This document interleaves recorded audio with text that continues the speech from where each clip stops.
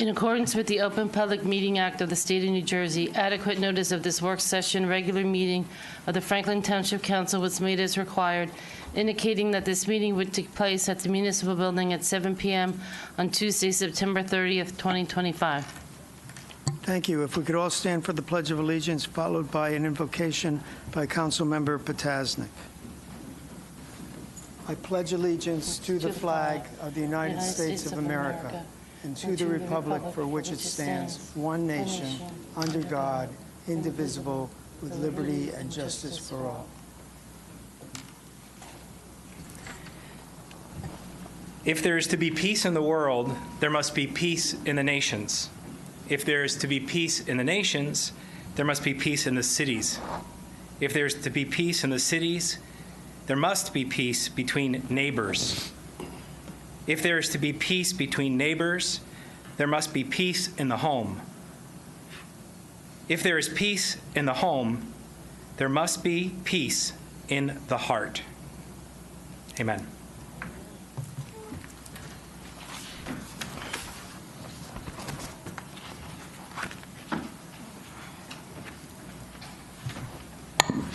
Okay. Madam Clerk, please call the roll. Councilman Everson, Councilwoman Francois, Councilman Karazi, Here.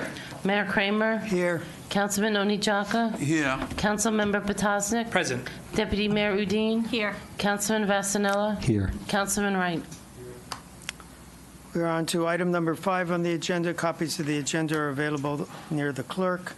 We're on to commendations and proclamations.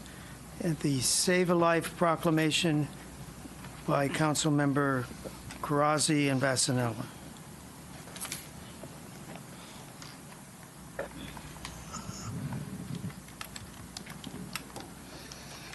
Good evening, everyone. I see a few people that they maybe are here for this proclamation, so please come forward. If anybody is here for this, then I guess we'll introduce yourself later on after I read the proclamation.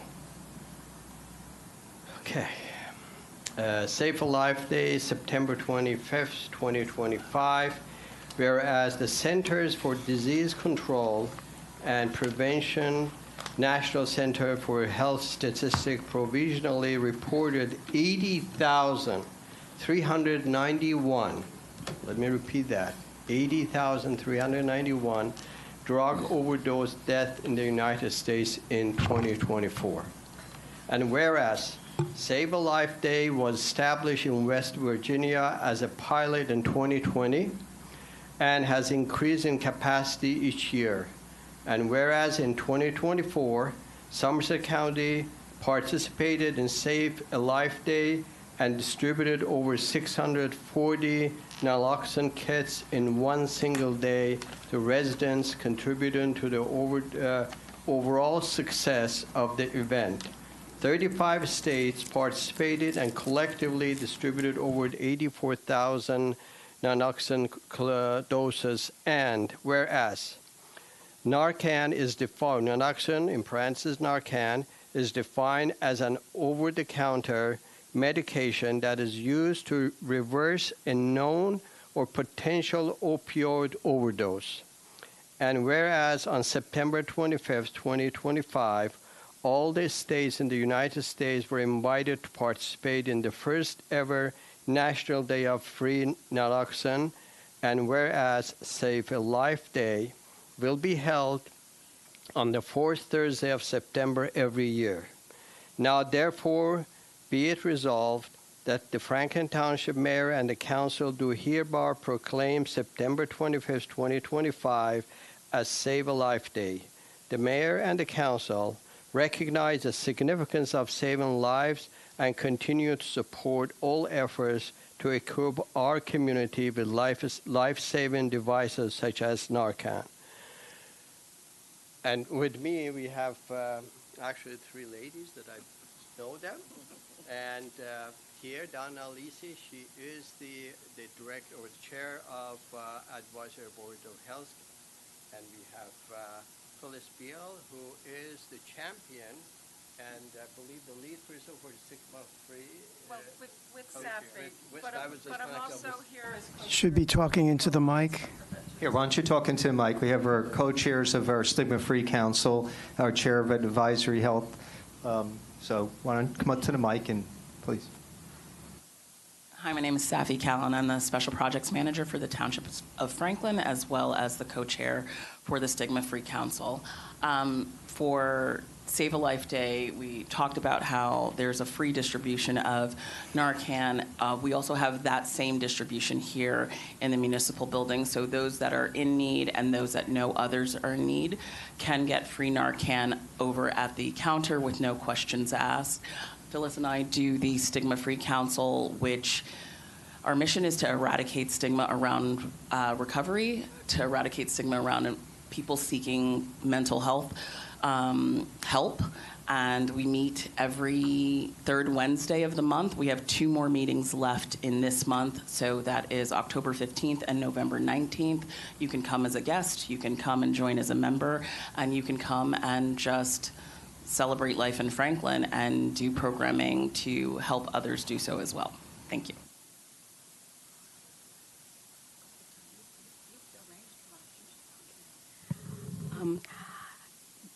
This was a monumental undertaking because Franklin was one of the 21 municipalities in Somerset County that had a Save a Life Day. And Stephanie Billets with the Department of Human Services is the champion of all this. She put this all together.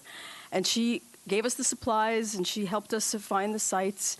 And I'm proud to say that in Franklin, we partnered with the Franklin Senior Center.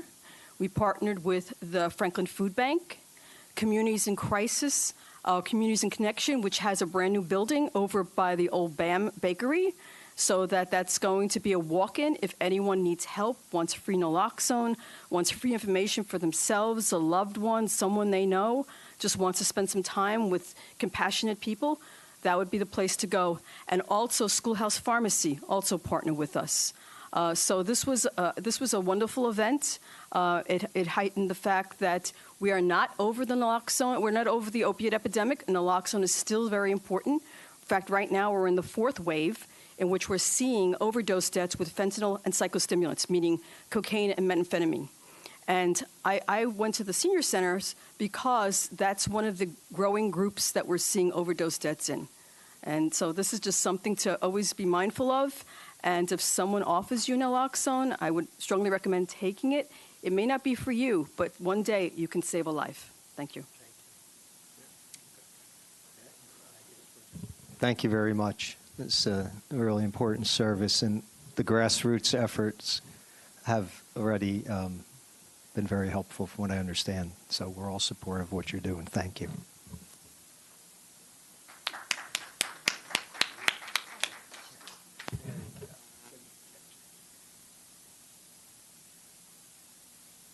Thank you.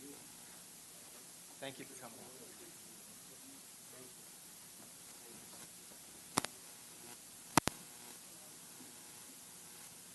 Thank you, Mayor. Next on the agenda is a proclamation for Fire Prevention Week. Deputy Mayor Uden.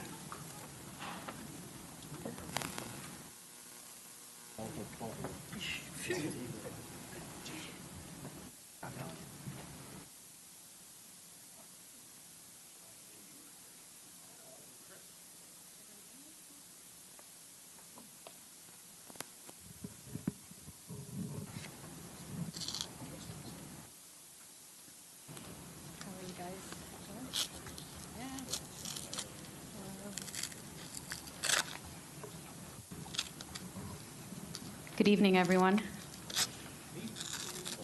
Whereas the people of Franklin Township are grateful to our firefighters who protect our lives and property and provide other emergency services throughout the year. And whereas the Fire Prevention Week is observed each year during the week of October 9th to commemorate the Great Chicago Fire of 1871 and to remind people about the importance of fire prevention. And whereas the year's Fire Prevention Week theme, Charge into Fire Safety, lithium-ion batteries in your home, works to better educate the people, educate the public about the safe use, charging, and disposal of lithium-ion batteries that power many common devices, including smartphones, tables, tablets, e-bikes, scooters, power tools, and various household items.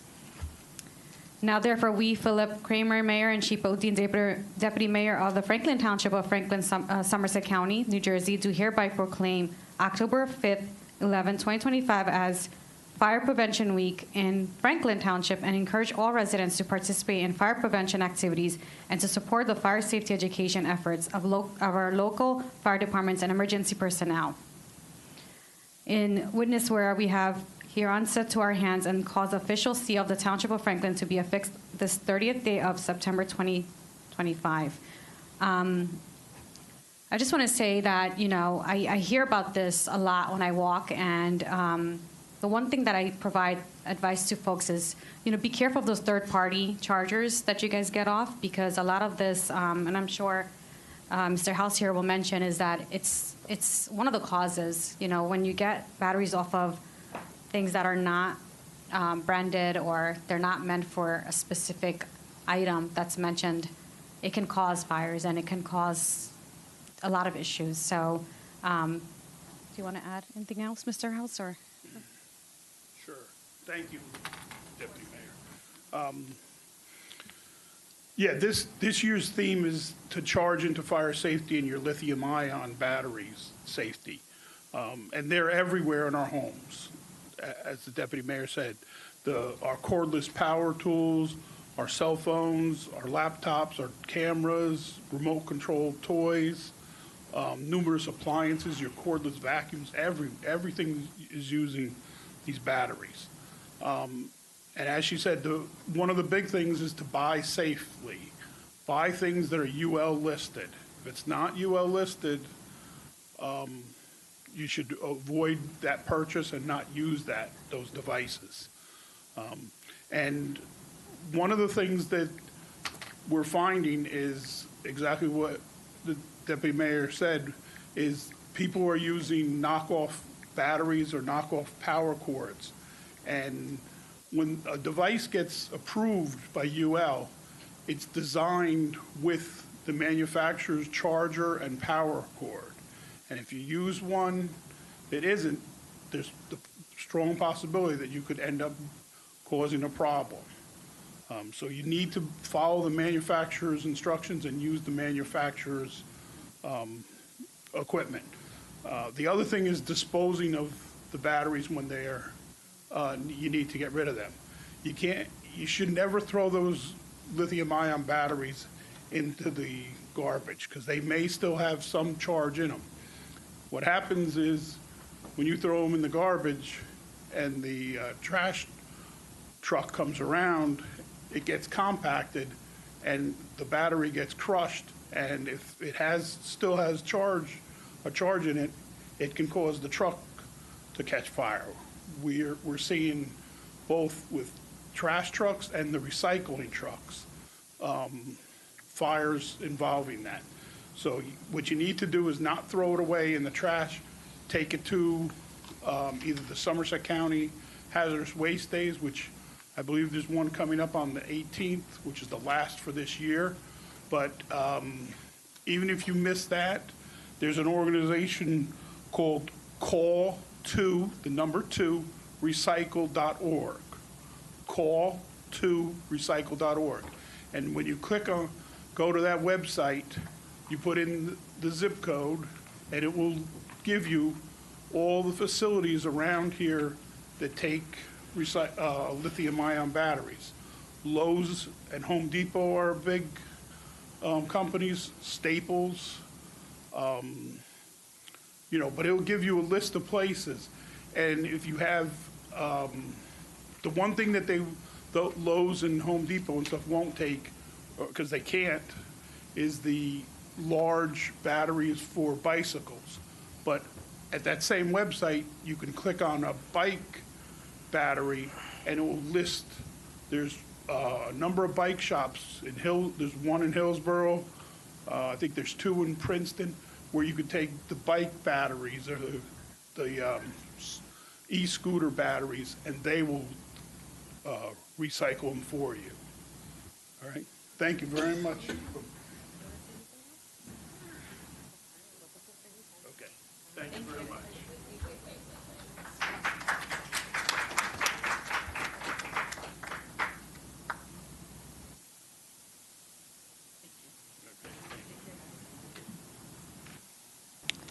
Next item is item number 6, upcoming events. I know the Deputy Mayor had something. Two things. Yes, I have two things. So one is for Councilman Anbarson, who's in here. October 4th, which is the Saturday, is the Diwali Festival that's happening at the Franklin High School. I believe it starts at 6 o'clock, so please join us for that festival. That happens every year.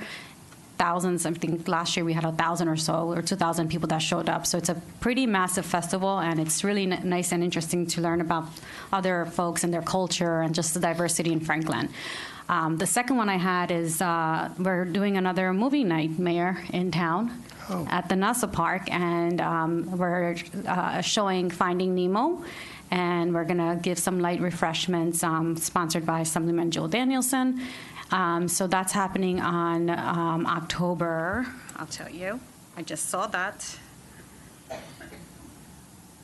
October 10th at 6:30 at Nassau Park. So hopefully you guys come through and join us, have your lawn chairs and blankets, and we had a good amount of turnout last year, and I'm sure we're going to have one this year too. So see you guys there as well. Thank you. Very nice. Any other council member have an event to announce? Mr. Manager, have you any? The only thing that I have to remind those who have family members or loved ones who are would benefit from therapeutic recreation activities. Our recreation department sponsors Friday night drop-ins every Friday from 7 to 8:30 with a various theme. This Friday is Craft Corner. Next Friday, Food for Thought. For those who are in need of therapeutic recreation activities from the ages of 13 to 40. So it says young adults.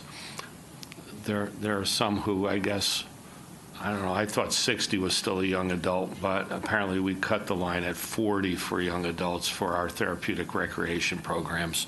But that's every Friday night at our senior center, community center here in the municipal complex. Okay, thank you. Moving on to item number 7, public discussion. I ask for unanimous consent to open to the public. Hearing no objection, we are open for public session. Anyone wishing to speak on anything to do with government may do so. You're limited to 5 minutes. No yielding of time. May only come up once. Please state your name and address. Good evening. My name is Phyllis Beals, and I reside at 6 Alma Court, Somerset. I'm here tonight as the co-chair of the Franklin Township Municipal Alliance Committee for the Prevention of Substance Abuse and the Youth Services Commission, which are actually two separate boards with slightly different but overlapping missions. They meet at the same time, generally the fourth Wednesday of the month. I will continue, of course, to be involved with our Stigma-Free Franklin initiative to decrease stigma around mental health treatment and substance abuse treatment. Community stakeholders are crucial for the success of drug abuse prevention efforts because they provide firsthand insights into the local needs, foster community engagement and support, and implement tailored solutions that align with the community's unique social and environmental factors. Involving various community members, including leaders, residents, and organizations, ensures projects are relevant, accepted, and effective in reducing substance abuse and improving public health outcomes. After all, and maybe people don't know that, but this is what the municipal alliances across the state are all about. Sadly, sometimes key stakeholders are missing. We need more participants, more residents in our community to step up and be involved in our substance abuse prevention and our juvenile delinquency prevention efforts, which are the focus of the Youth Services Commission. If anyone is interested or willing to consider serving, they can file a letter of interest on the Township website. Look for Municipal Alliance under the various commissions listed on the website. I want to bring to your attention, Town Council members, the following. At the September 23rd meeting of the Franklin Township Municipal Alliance Committee, a motion was made and passed unanimously, and thanks to our meeting virtually now, Councilwoman Francois was able to be there. The motion was to make a recommendation that a Franklin Township Opiate Settlements Funds Advisory Committee be formed for the purpose of making recommendations on disbursement of our opiate settlement funds, and that representatives be included from the Municipal Alliance, the Advisory Board of Health, the Franklin Township Police Department, community members who have lived experience, i.e. they may be in recovery, and/or family members who have been affected by the opiate crisis. So I'm here tonight to make sure that all of our town council people are aware that this took place, this vote was unanimous, and I would ask that whatever we have to do to move in this direction take place expediently, that we don't waste too much time on it, how we make it happen. I understand that, of course, the township always needs fiscal responsibility, accountability. The funds are there, and some of them have been dispersed over this past year. But I think the more that we have community participation, involvement, we have a lot of people who are skilled, knowledgeable in the area of substance abuse, pharmacology, social work, prevention work. Let's put our talents and resources to work to help make some good decisions that will benefit our community and reduce the likelihood of opiate deaths in Franklin Township, and support those people who are in recovery, and prevent, absolutely, and try to prevent this from developing with our young people. Thank you. Thank you. Anyone else wishing to speak?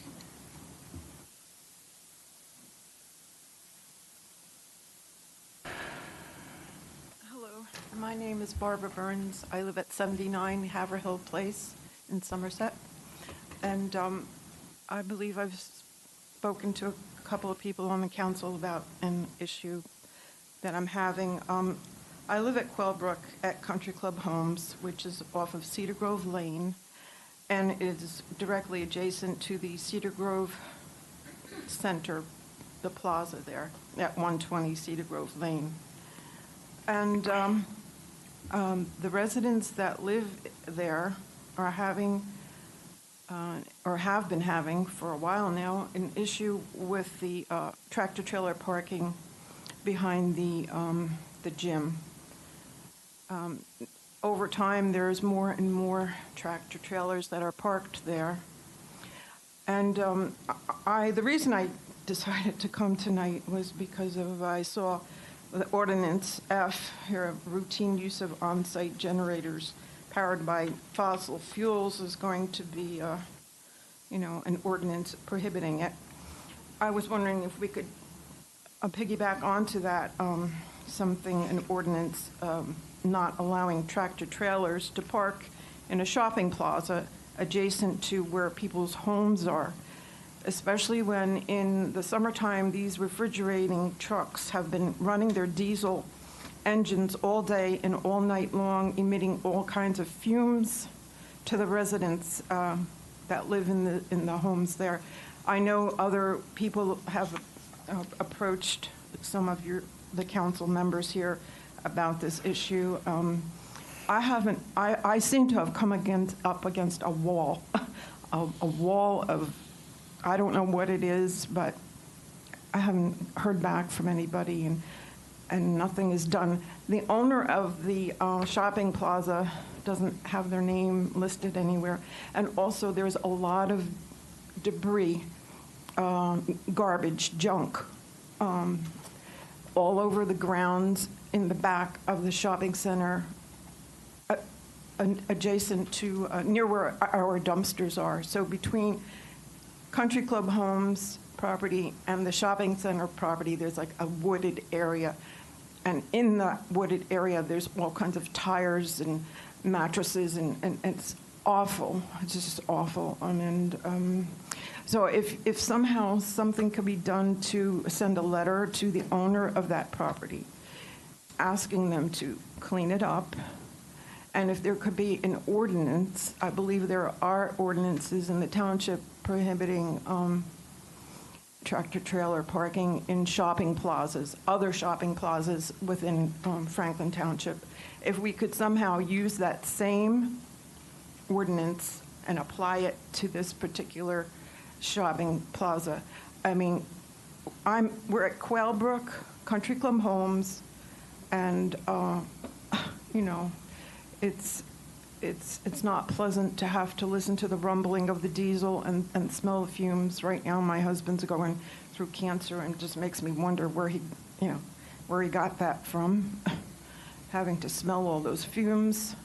And so basically, in a nutshell, that's my request, is if something could be done to stop the trucks, because it's not getting better. Yeah, like anything, when there's a problem, if you don't address it, it's just going to get worse. And there are more trucks there now than ever. More, okay? And I don't know why. I don't know why. I've never seen why do tractor-trailer trucks? I saw a tractor-trailer cab, actually, it didn't have a truck behind him, but it was the cab, drive straight through the front part of that shopping plaza from the exit, from the entrance near the entrance to Quailbrook Country Club Homes. He drove all the way down past Starbucks and went out the New Brunswick Road exit. My jaw dropped. I couldn't believe it. But that's what people do. They take advantage of situations. And I'm just bringing it to your attention because you probably don't know about it. But there's been a couple of us that live there that have tried to make efforts to get some help for the situation. I would appreciate if anything could be done about it. Or at least give an explanation why something cannot be done about it. I would just like to understand. Thank you very much. Thank you. Anyone else?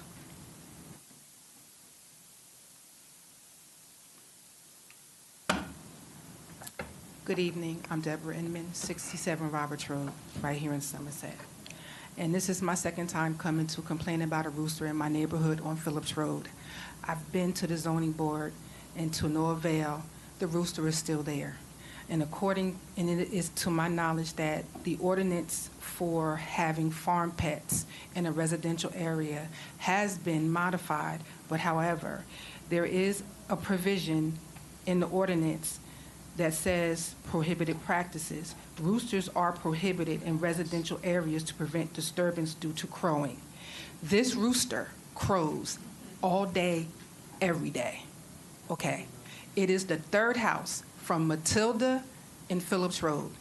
And I don't understand why I have to do the legwork when my tax dollars pay your employees in the zoning and animal control to go out there and find out where this rooster is.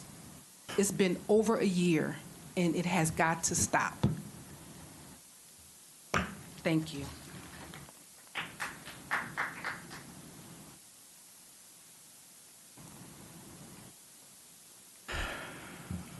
Benjamin Guy, 35 Patton Drive.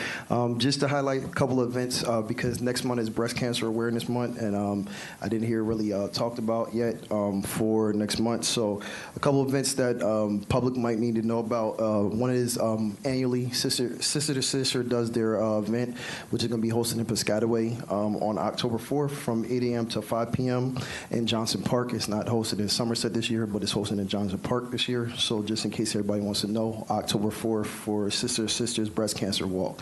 Additionally, there is another community event to raise money for October 6th for at Quailbrook for a potential golf program that is trying to be brought here from a gentleman, Daryl Smith, who's worked with the Boys and Girls Club in Jersey City, trying to raise awareness for golf and another youth activity program that he's talked to with the Parks and Rec Department. They're actually doing an event October 6th at Quailbrook Park. You can find that information through Birdies and Bogeys and Pars on outside.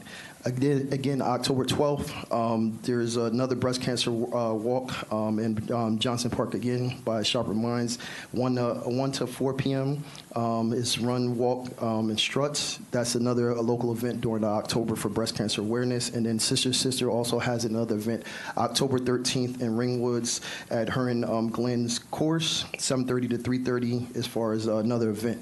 The one event I did not hear about, and I guess Mr. Vonlek will get to this with Parks and Rec later on, is that the Halloween on Hamilton Street. I know we have a date, October 25th, but I haven't seen a flyer out there for Parks and Rec and everybody else to be advertising. So just because I sit on the Hamilton Street Board, is going into October. I just want to make sure that we present that out there so that the public knows, because I got questioned about it and I don't know what to tell them. So I just want to make sure it's done so that we can start registering the people that actually wanted to appear in the Trunk or Treat Festival.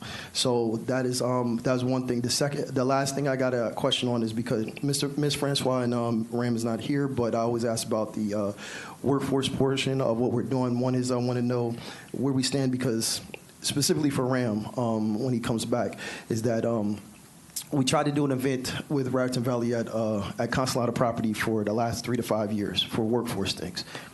It's not working. So we need to look at another direction. The reason why I asked that question is because Ms. Francois, when our last council board meeting, I asked her directly, I said, are we going to continue to do programs with the school district for workforce additives because of the way the state and the federal governments are moving towards trade schools? I'd rather be ahead rather than behind with things, because if we already have a constant program that we do, it's easier to get state and federal funding because we're already in a working model. So what I'm asking is that just where we stand with that relationships that are there, where we moving for VOTEC and VOTEC support in the city altogether, because we did step up. I applaud the council for actually putting the money up to do it, but I want to know what the continuous is going to be, because it's hard for students in this day and age to get jobs. And it's a big thing with actually getting certifications and trades where we should actually be trying to focus on, because a lot of these kids are not going to college. And a lot of these families are desperate with actually trying to get employment. So what I'm trying to do is I'm trying to build a better community around that to actually make sure that we can move forward together. And it is not just can't be just put on the school board, because we can't pay the municipal tax. We can't do that. That's not gonna fly going forward at all. You guys are hearing the complaints about that. We got to find better ways to do this.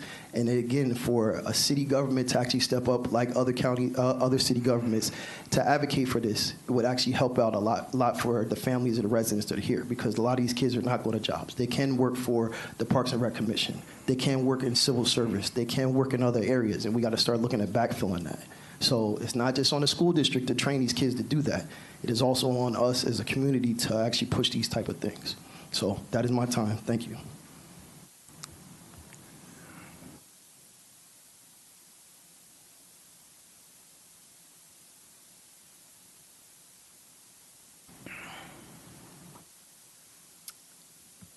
Hi, Patrick Murray, 11 Hughes Road.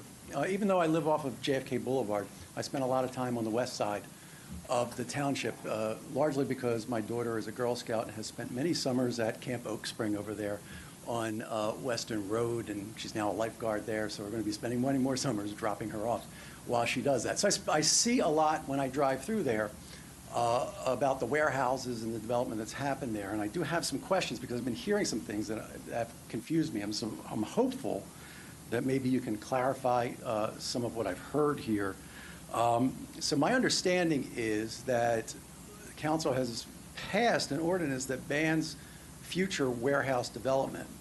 But then I've been hearing that there's some draft ordinance that you're considering about bringing back warehouses in some way, shape, or form somewhere in the township. And I was wondering what that means, and if you could talk about that a little bit.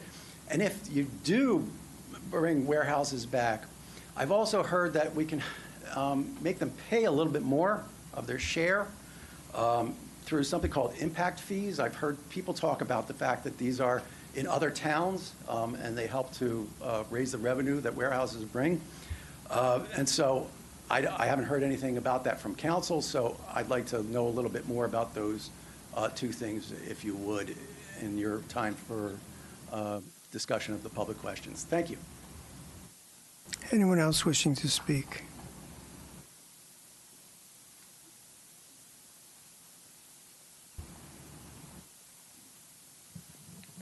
Michelle Peterson, 66 Wilson Road. So I rarely get up here to speak at these meetings, but tonight the questions of accountability in Franklin really can't be ignored. We have a town council made up of entirely one party. We have multiple committees and advisory boards that are overwhelmingly one party as well. And I get it, that's the way of democracy. We're outnumbered in this town. Republicans are outnumbered in this town, almost 4 to 1. So I get that, right? But to start, let's consider this. A Republican friend of mine was recently asked to serve on the planning board, but she was told by the president of the Democrat Club, present tonight, that she would first need to switch parties to become a Democrat before she could be appointed. So not knowing any better, she switched. And I'm wondering, is that how the appointments in Franklin are supposed to work?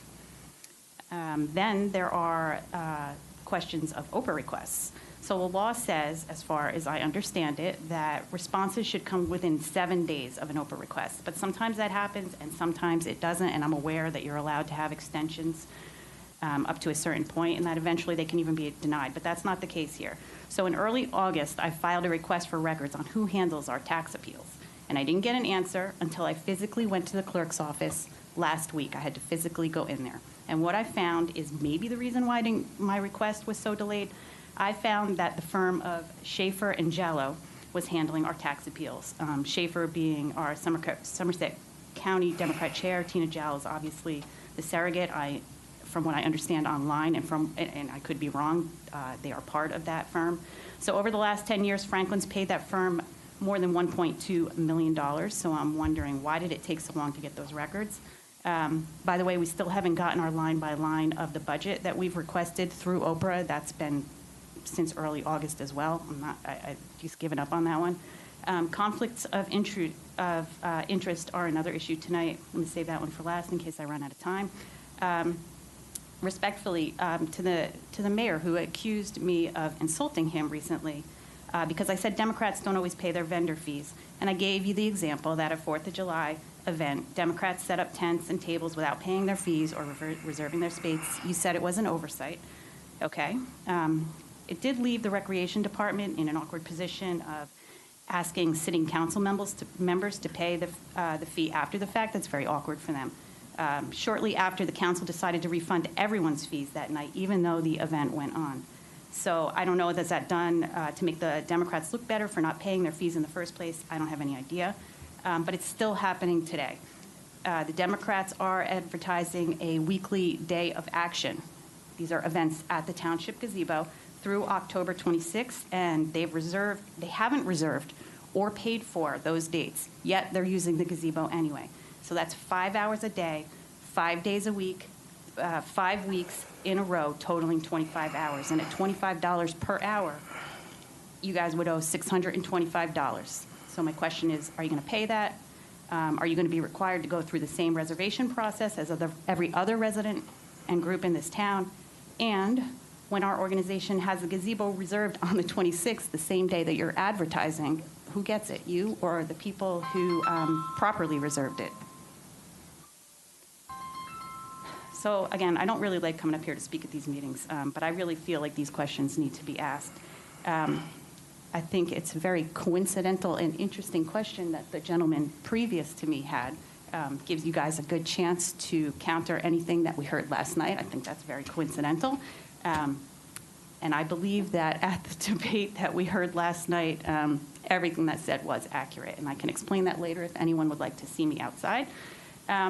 And then regarding conflicts of interest, and I hate doing this, but, and maybe I'm even wrong, but tonight you guys are voting on an ordinance to prohibit the routine use of on-site generators powered by fossil fuels or petroleum projects. One of you guys is the head of the League of Conservation Voters. That's an organization that openly advocates for these very policies. And again, guys, I could be wrong, but shouldn't you recuse yourself from positions that kind of overlap so directly with township business? And how is it that that same league has endorsed that same person running for re-election in this campaign coming up in November? Doesn't that raise serious accountability questions? And was his opponent even asked for his positions on the issue? And I know the answer to that, and it's no. So thank you guys, and I hope that you found it to be respectful questions. Thanks.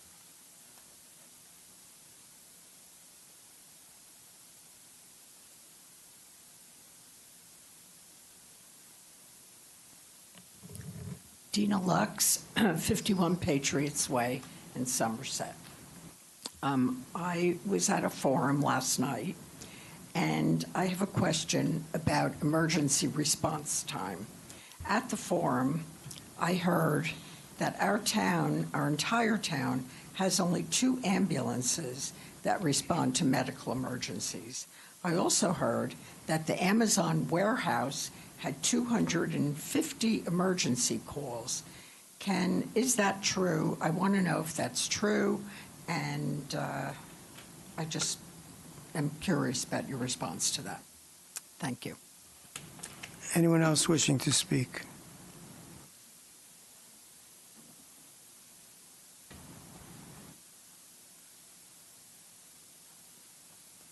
Beverly Lawson, 2004 Amwell Road.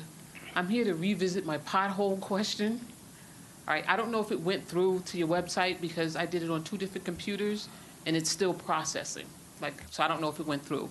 But my main pothole issue, which is not really a pothole, is a man-made crater on Churchill between Veronica and Clyde, headed towards Clyde. It's up on that right-hand side there. You don't even really see this, especially if it's starting to get dark. You just hit it. I don't know who did what work on it or whatever, but that's one of my main holes. But my main question is, whenever anyone, I don't care if it's a county road or back road, I don't care, it's in the township of Franklin. If anyone cuts across the roadway, is there anything in writing, ordinance, law, whatever, where they have to at least fill that hole up to the roadway? I know it will settle. Everybody knows it will settle. But when it just starts off as a crater, I just want to know, is there anything in writing that will prevent them from leaving it as a hole?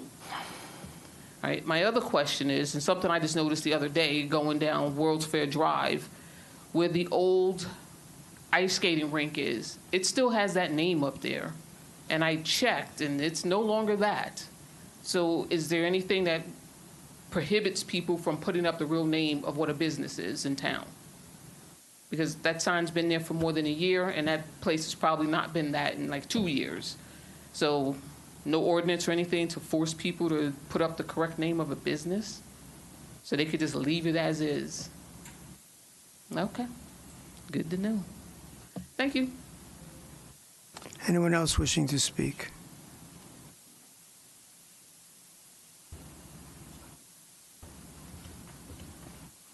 Javon Walker, 15 Kuhn Street. Just a random question. Is there anything that we can do as a township or even township council to increase penalties or fines on individuals that drive past like school buses whenever they stop?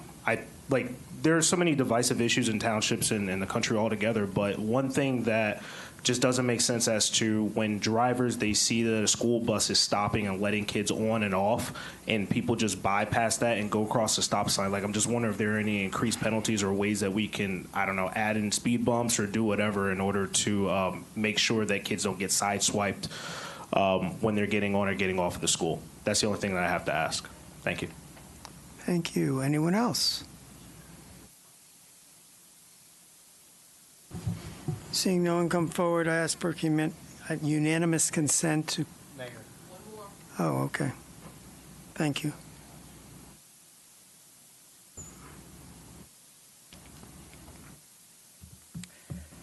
Good evening, Mayor and council members. My name is Christopher Vallone, 3503 Sunny Slope Road, Bridgewater. I am the executive director of TNR.org, a cat welfare organization founded in Somerset and now headquartered in Raritan. I'm also New Jersey certified animal control officer. I'd like to use this time to respectfully address some of the comments from the council and questions that arose during the last meeting, during the portion that was allocated for the public discussion on the feral cat amendment ordinance. So one thing that was mentioned was the possibility of a TNR program for Franklin Township. Councilman Onia Giacca, sorry if I pronounced that wrong. Pretty good. Nice. I believe he mentioned that during his tenure overseeing the Franklin Township Animal Shelter, during his research, he saw that all of the programs in New Jersey were run by private organizations. And so far, no private organization had stepped up for Franklin. So I thought it might be helpful if we just took a look at some of the models in place in other parts of New Jersey, in case that might be something the town would be interested in. So real quick, right here in Somerset County, the arrangement that, well, the most prominent arrangement, I guess, that exists is with Branchburg and Bridgewater. They both provide TNR services at no cost to the community, but the cost is actually covered in the animal control contracts. So Somerset Regional Animal Shelter, they are the animal control provider for Branchburg and Bridgewater. As part of the animal control contract, it includes TNR services. The residents don't pay anything, but obviously Somerset Regional gets their fee. That's included.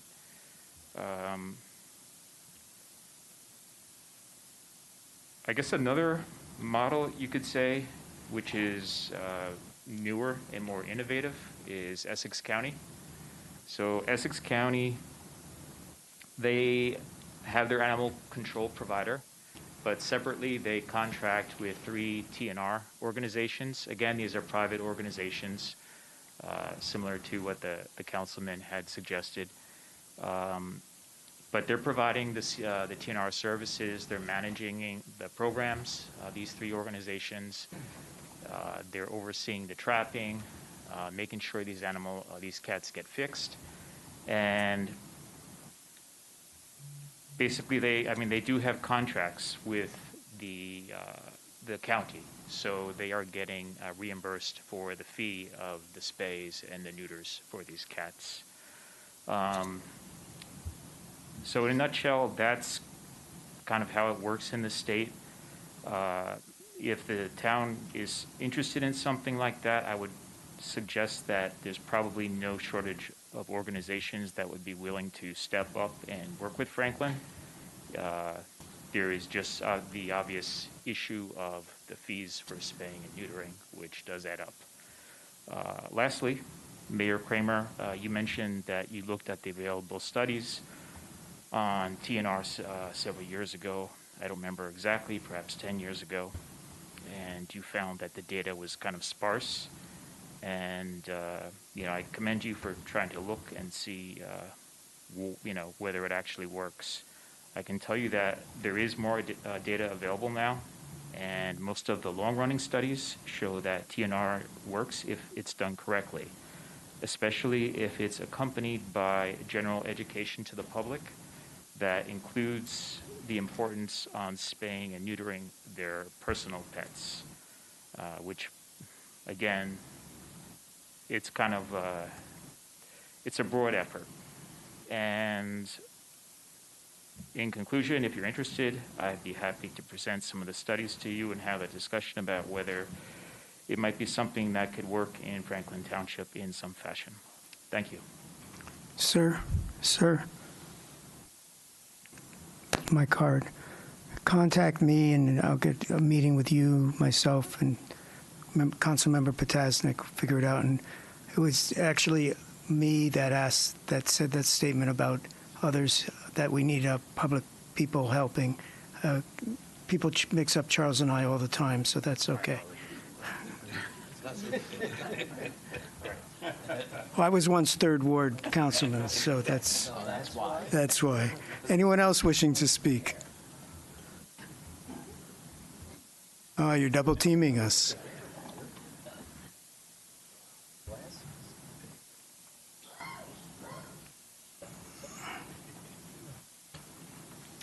Hi, my name is Manavi Barthakur, 642 Amber Road. Just a little louder, please. We want to be able to hear you. My name is Manavi Barthakur. I live in 642 Amwell Road, Hillsborough, New Jersey. I am the volunteer director for our organization.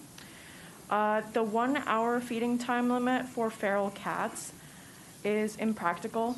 It places an unnecessary burden on feeders, requiring them to remain on site for extended periods so that every cat in the colony has a chance to eat, on top of the considerable time we already dedicate to helping community cats. I have witnessed cats chase, bully, instigate fights with other smaller, more timid cats over the food. Some are so scared that they do not come out to eat until the feeding site is clear. Or sometimes they don't get to eat at all and resort to scrounging around for leftover food in the dumpsters. I only have one copy of this, but this is a picture of a cat just recently. He's eating a slice of pizza surrounded by garbage that the people in the apartment complex just threw around. That's not from us, the watermelon.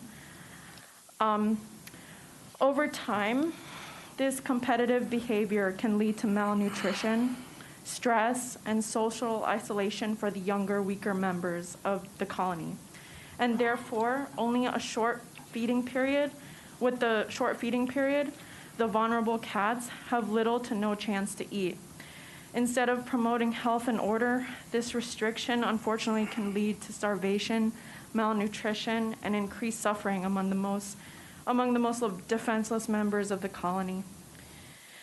As for the health issue, when providing assistance to a colony, we as an organization have a thorough process for training feeders in best practices that include maintaining sanitary feeding stations, removing leftover food, washing or disposing of containers, disposing of other waste correctly to protect both people and animals. Additionally, I want to expand on a concern that was brought up by another female volunteer feeder from the last meeting. Speaking as a female who has helped for colonies in many different communities, I already encounter criticism and hostility from some community members who dislike cats.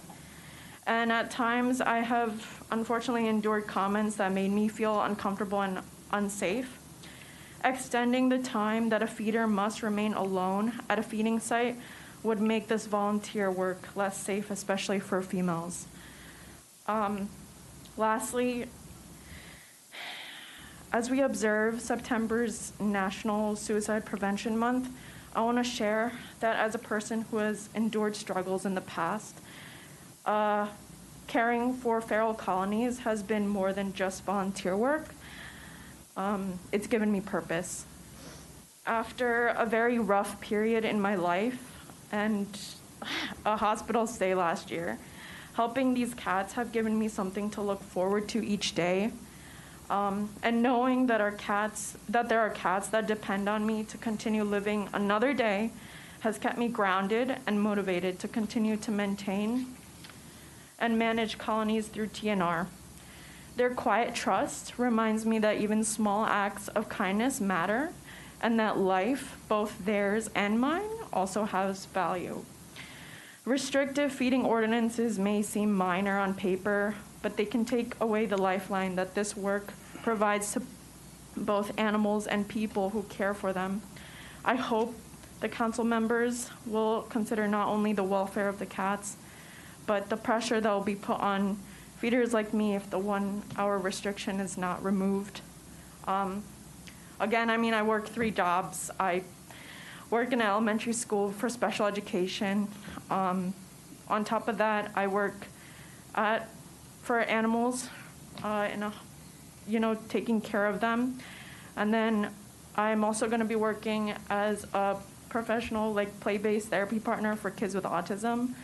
On top of all of this, being a part of this organization has really helped me, but I would like to continue to doing this work. However, this 1 hour restriction is really gonna be tasking on what I can do. But yeah, that's all I had to say. Thank you for your time. Thank you, and thank you for having the courage to share that. Anyone else? Seeing none, I ask for unanimous consent to close the public portion. Hearing no objection, Dr. Karazi touched his microphone. I thought he was going to No, object. I said Hearing no no objection, public session is closed. Do any council members want to respond? Yes. I'd like to add one thing for Mr. Guys. First of all, thank you so much, Mr. Guy, for bringing this cancer awareness next month. Just want to let you know that we will have a proclamation to increase awareness about the breast cancer. And also, we have a great workshop, which is going to be, let me just exactly tell you where it's going to be held. It's going to be at 47 Cedar Grove Lane at the Masjid Ali, and it is a workshop. There are going to be 3 panelists of MDs, include an oncologist, and it's going to be on October 26th from 2 to 4. And it's a workshop presented by the Brilliance Foundation International in collaboration with Masjid Ali, 47 Cedar Grove Lane. I encourage anybody that may wanted to learn more about it, please come and join. This is going to be local in our community. But thank you very much for bringing that up. Anyone else from council? Yes, Mayor, I would like to address a couple of the questions. Go ahead. I'll start with first on the warehouse question that came in. So there's just been a lot of information that's leaking and it's misleading, and I want to make sure we provide the facts of what's been happening. There's a question about the ordinance that got pushed on. So the Brightview consultant produced a draft ordinance regarding his recommendations. We had a long study that was done on traffic and warehouses, and the consultant had produced ordinance. We get proposals for many studies. That's just normal. That's what we do. We ask for recommendations. Are we obligated to take those and introduce those? No, that's not what happens. Council introduces ordinances and passes them. So our current state, we're still banning. There hasn't been no discussions on changing that ordinance. So I hope that answers your question on the draft ordinance. Regarding the impact fee to warehouses, it's not the law in New Jersey. That's just a simple. We can't make our own taxes. The state has the court would strike that. So it's just not the law. It's very simple, and that's the truth. And just want to make sure that those two things got addressed on the warehouses. Second, the third question that came in on Amazon. So I've actually had a conversation earlier today with Mr. Vonlacher around Amazon, and we had this discussion, I believe, back in March of this year. We had a person that came and a resident asked us about the same thing about, I think at that time it was 276 calls. Now we're at 250 calls. So there's just these numbers that are just jumping around.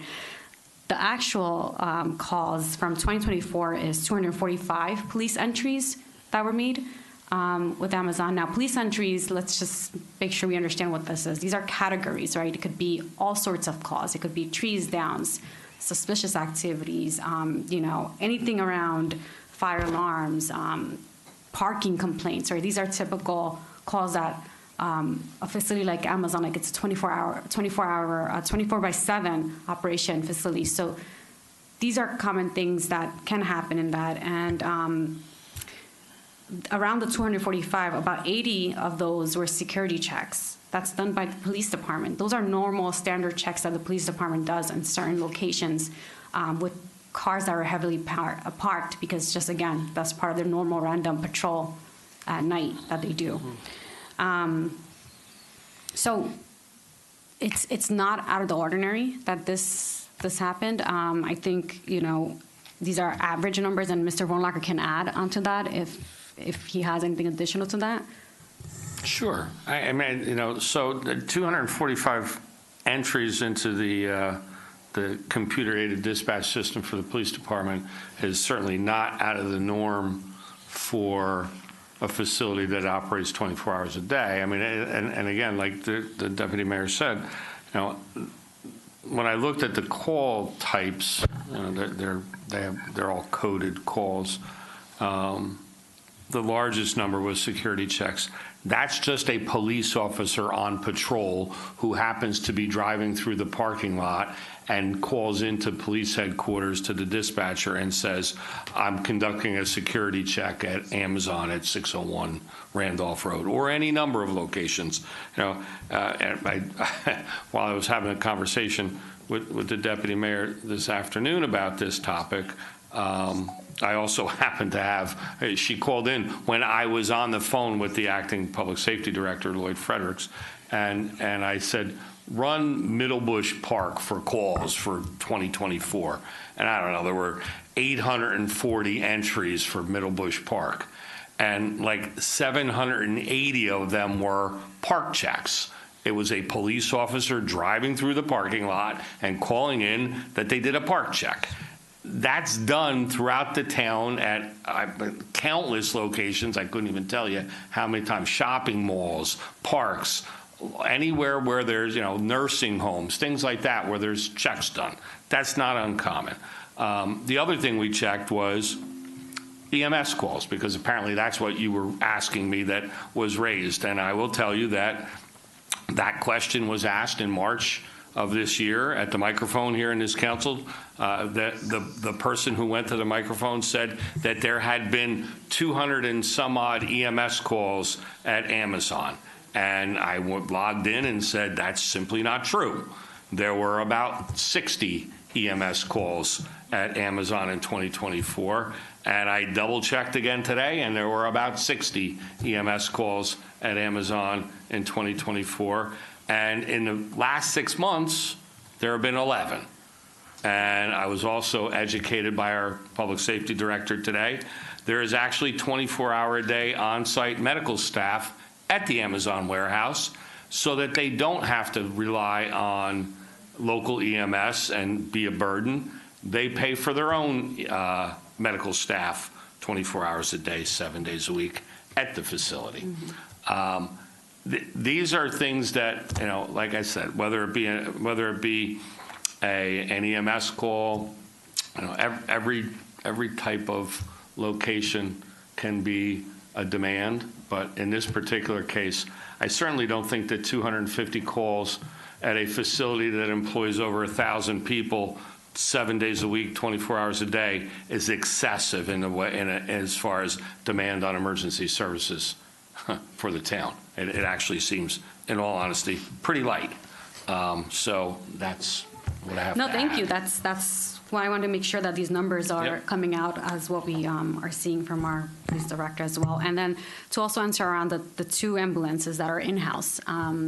So, I mean, I could spend about 6 hours here trying to explain the EMS matrix on dispatch for EMS units and where they come from and what happens when EMS units are tied up on other calls. There are 2 dedicated primary EMS units in the north part of town. And then there's a third dedicated out of Robert Wood Johnson in the south end of town. Then you also have in East Millstone First Aid Squad that's responding at various times during the day, as well as other, you know, Monmouth Junction out of South Brunswick. And all of these fall into a mutual aid matrix that I'm not going to bore everyone here tonight with the details, but it's not that there are only 2 ambulances serving Franklin at any given time. In fact, there are more than 2, and again, not going to bore you, but there are more than 2 at any given time, and there probably are more than 5 at any given time when you factor in the volunteer first aid squads. And those you're referring to, we have like the shared service. Well, there are mutual aid agreements between municipalities and between EMS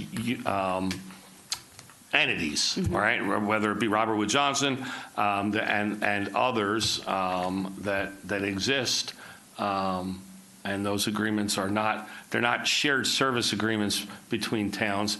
There are mutual aid agreements that exist amongst first aid squads throughout the state of New Jersey, and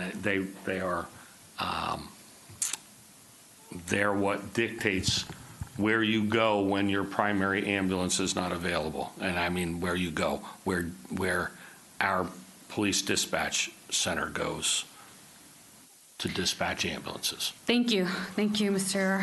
Vornlacher. And I think that's what we want to make sure, the information that's being said, these are all facts. This is what's happening, this is what's on record. There's just a lot going on. And we want to make sure that you're hearing what the actual numbers are, what the actual processes are, and what's happening in town. So I hope that helps answer both of your questions. Thank you.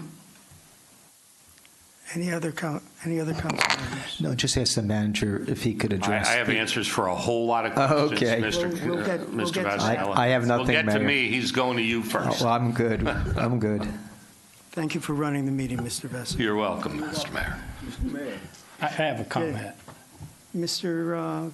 Potasnik. Well, thank you, Mr. Mayor. It's no doubt that it's election season, and what we see is opposition candidates, in this case, the Republican chairwoman, Ms. Peterson, coming up and making all sorts of statements and questions and raising all sorts of issues that are really non-issues. We've heard 3 debunked issues already, and one I'd like to sort of address directly, which I'll read, I guess, a text from Mr. Johnson, who's sitting a few rows up, with regard to conflicts of interest by none other than my own. Let me just make sure I get it here. I would not like to be not accurate. This article was published in Insider NJ and does not mention NJLCV's conflict of interest. Ed Potasnik, that's me, the executive director of New Jersey LCV, is being paid a salary of $103,000 by NJLCV, while at the same time he is Franklin Township councilman of Somerset County. He is using his influential position as a councilman to promote so-called, quote, green, end quote, agenda, electric vehicles, wind, solar of NJLCV, why NJLCV pays him a big salary. Well, I think it's interesting you chose to list my salary, and we could go around the room and ask other folks. The idea that there would be some sort of inappropriate, I'm talking now, thanks, some sort of inappropriate or conflict of interest is highly problematic to me, that you would insinuate it or ask it, and I prefer that folks ask directly. The question really should be put to the lawyer. Mr. Lawyer, is there anything from my day job where I do protect the environment, from my elected position, which the voters voted for me knowing that I protect the environment, and it is a big issue, stopping compressor station 206 and the pipeline that's going to choke our communities with a dangerous, unneeded project. It's going to cause asthma, cancer, heart disease. It could explode children. The Buddhist Bahara are right next door. Fighting against that and for clean air, is there any conflict of interest there? There is not, and council people all come to the council with whatever their background is. I mean, I wouldn't ever say to the mayor, well, you're a medical doctor, so you can't vote on anything that's health related because, you have a conflict between your day job and a health ordinance. It just doesn't make any sense. Obviously, the councilman is a champion of the environment, and there's no conflict that you champion that when you sponsor legislation or speak in favor of legislation or vote in favor of legislation. It's almost a silly question, to be perfectly honest. It's not. You turned your mic off. Oh, I'm sorry. Well, then the other thing that was mentioned is my organization does endorsements led by an independent committee.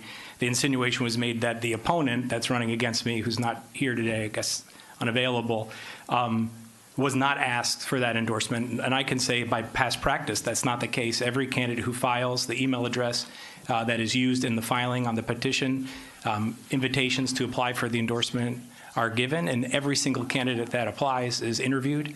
Everyone gets the same questions. It's reviewed by the political committee. Recommendations are made to the board, and I'm not involved in that process, particularly for my own race. That would be inappropriate.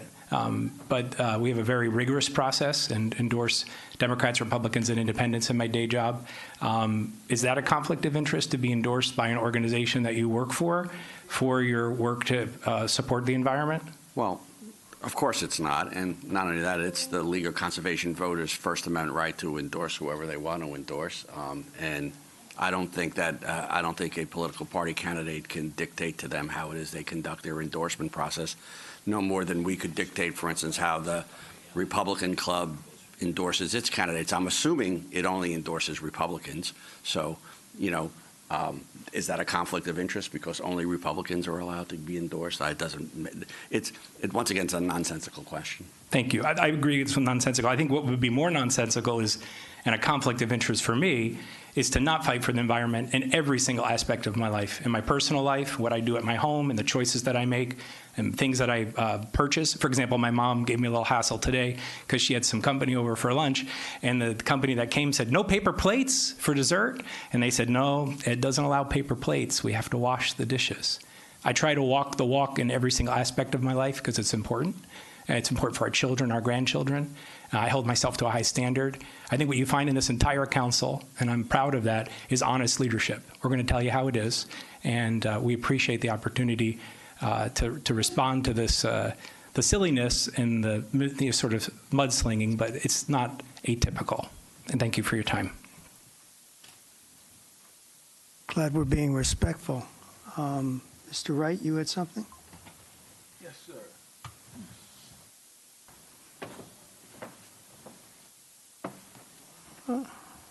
I'm afraid.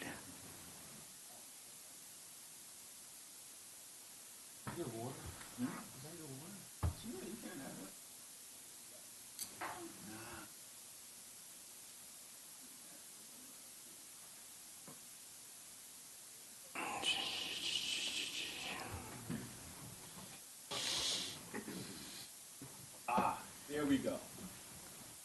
Now, a couple of people have asked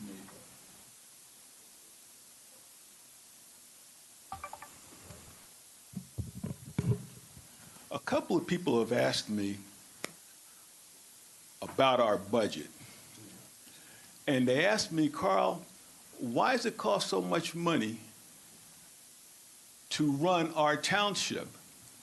And I tell them the only thing I know is my levy, which is the township levy, is $38,993,310, 13.52% of a total budget of $288,359, 282.47. Now, and I'm trying to figure out where everyone is getting all kind of information that Franklin Township council members control this type of deal. Now, I'm going to explain to you just how we got to that number of 828,47.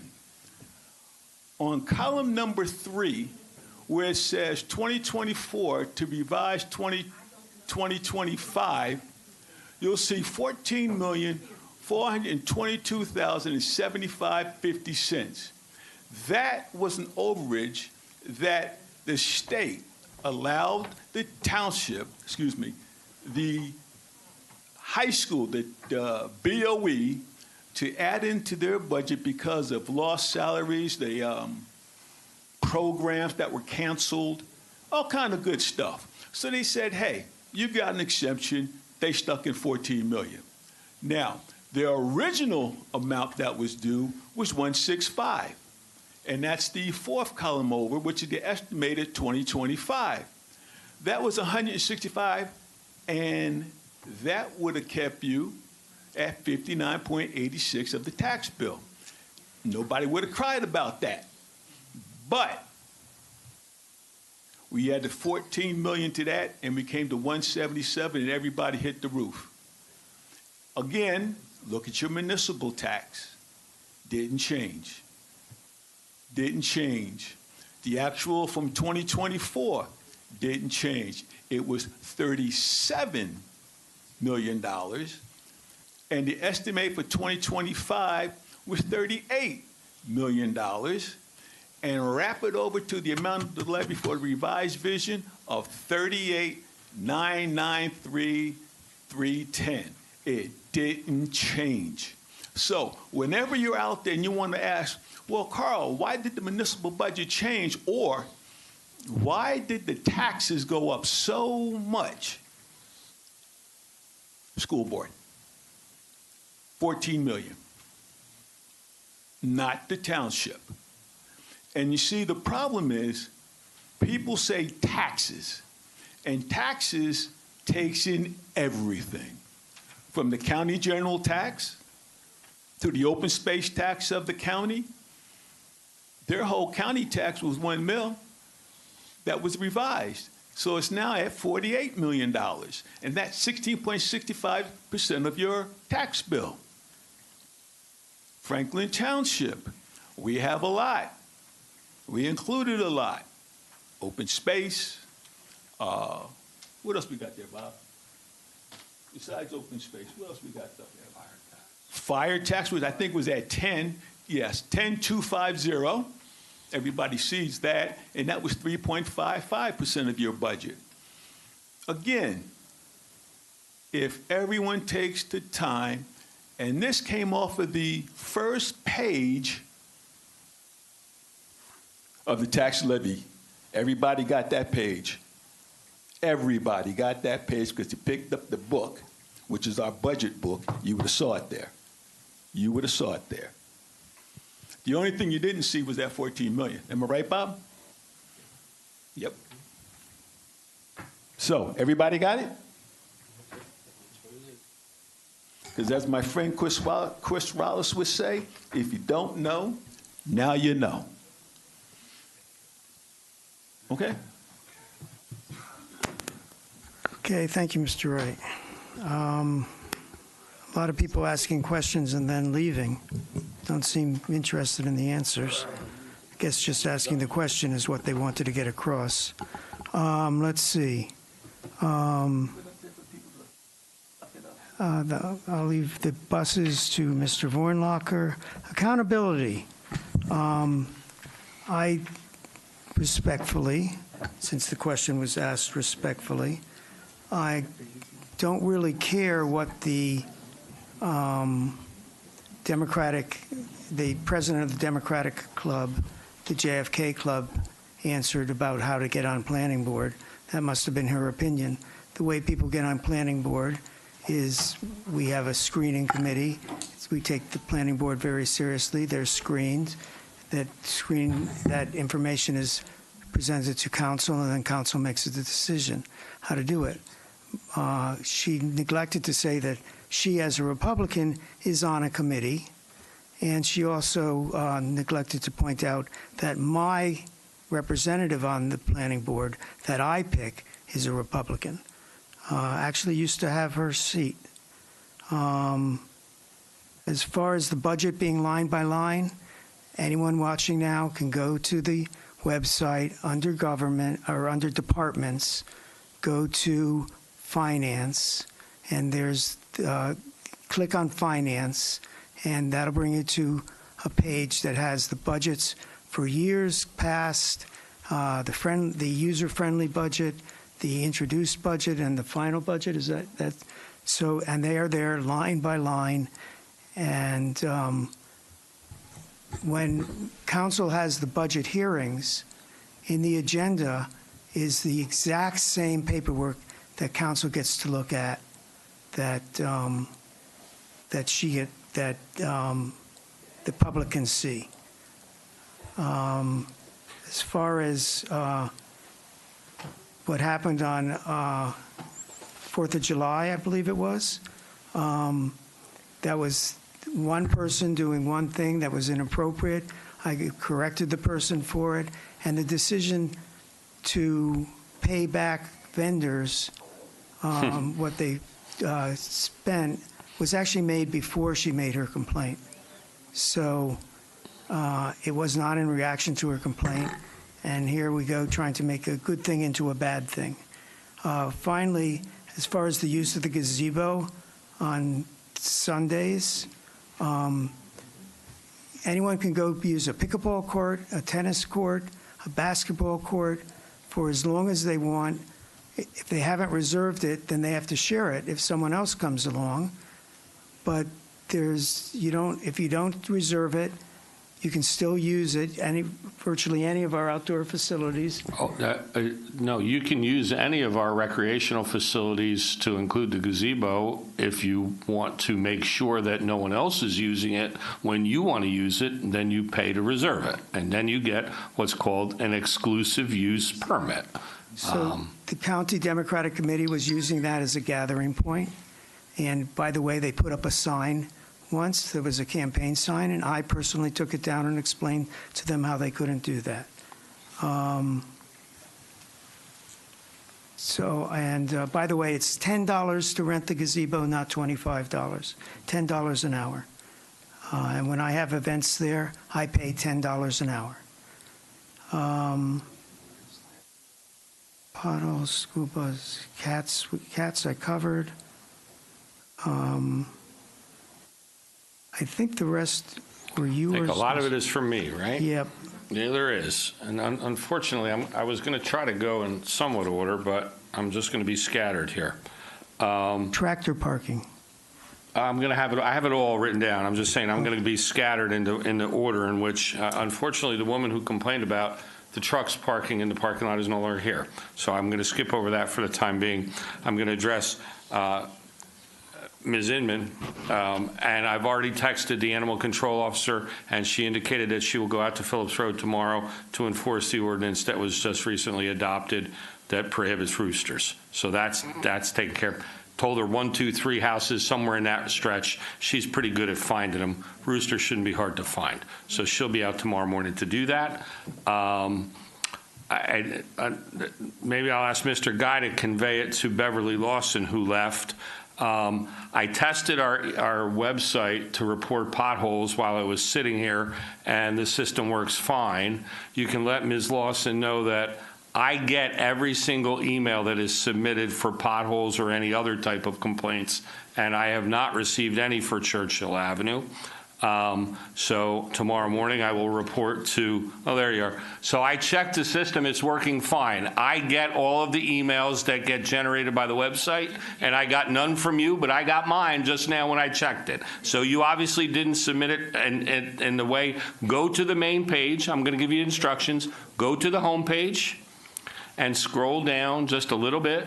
Okay, I'm going to scroll down about, let's see, one turn of the scroller on the mouse, and it says report street issue, report potholes or other street hazards.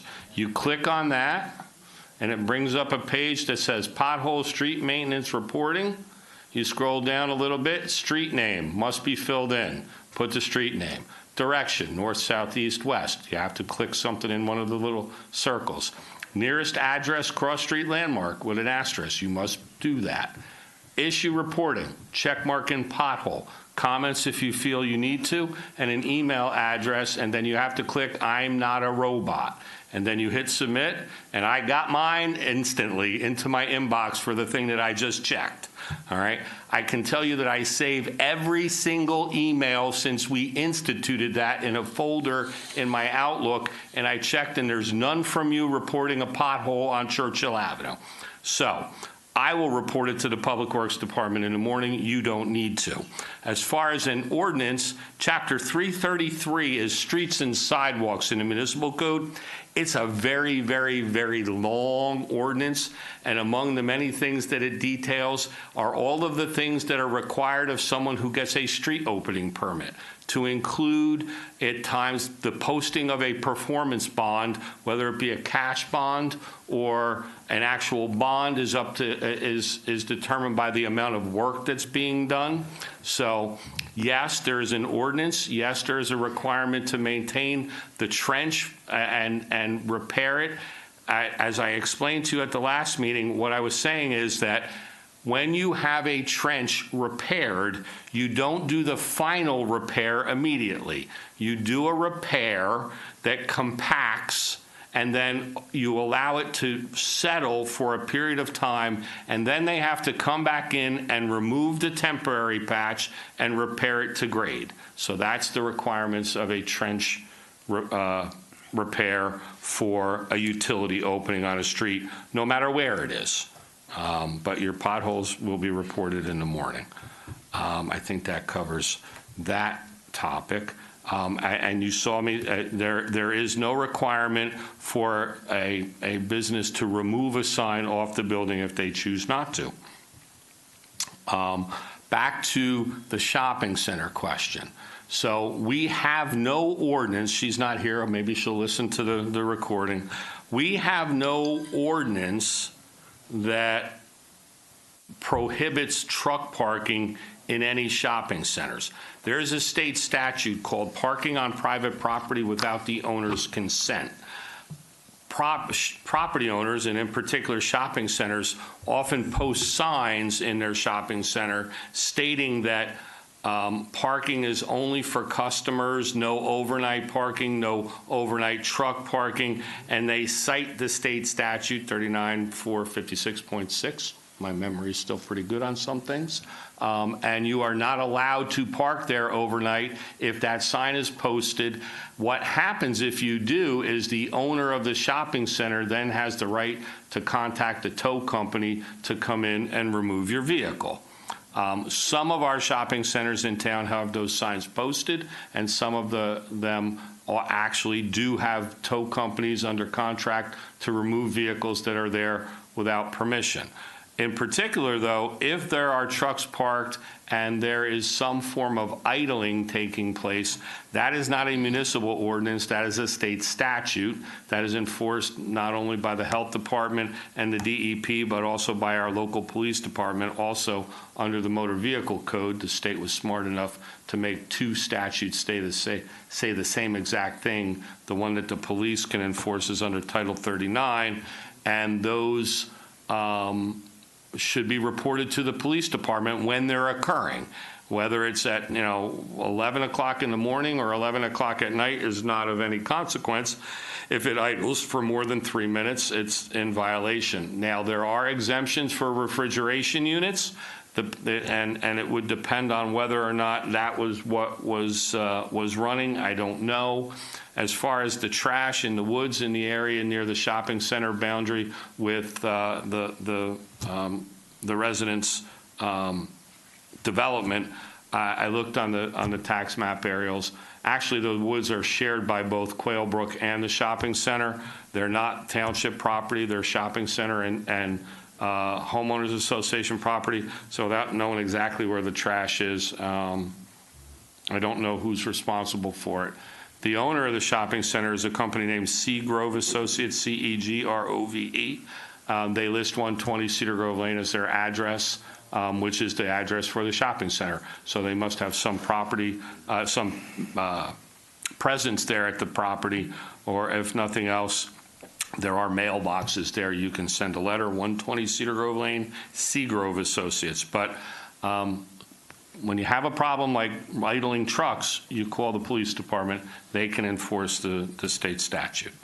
All right, so that was Churchill, Seagrove, parking, Rooster. School buses. School bus violations are a state law violation. Municipal ordinances can't supersede or exceed a state statute. It is in fact one of the highest, if not the highest, point violation in the New Jersey Motor Vehicle Code. So it's already taken pretty seriously. It's also the only statute that doesn't require the identity of the driver for the person who's issuing the summons. So when a school bus driver can provide a license plate to a police officer and a summons can be issued, and the law for school bus violations states that it is the registered owner's obligation to provide the identity of the driver of the vehicle that passed the school bus, or they by default have to endure the penalty. So there is no way to supersede it. It's state law. Okay. We did emergency response. That's already taken care of. That's done. And then the last is, and Mayor, you touched on it a little bit, but the TNR folks, in particular, the first gentleman who spoke and talked about research. I think I might have been the one who said that I did a tremendous amount of research about 15 years ago when I oversaw directly the operations of our animal shelter and our animal control operation. And at that time, it was recommended, as it is still recommended by every study and every organization that I've done my research on, that a strong nonprofit organization to run a TNR program is strongly recommended for municipalities who are interested in having a TNR program. When I oversaw it as a supervisor in the police department, 15 years ago, Second Chance for Animals was active then in our supporting our animal shelter operations. And then Second Chance for Animals told me that they had no interest in managing a TNR program. And recently I was advised that they still take that same position. They are not interested in running a TNR program. Our shelter costs a lot of money, most of it coming from the support of organizations like Second Chance for Animals and Angel Tales, another nonprofit that assists our shelter. The costs associated with our shelter are great, and adding costs for a TNR program for us to manage is not something that we're in a position to do right now.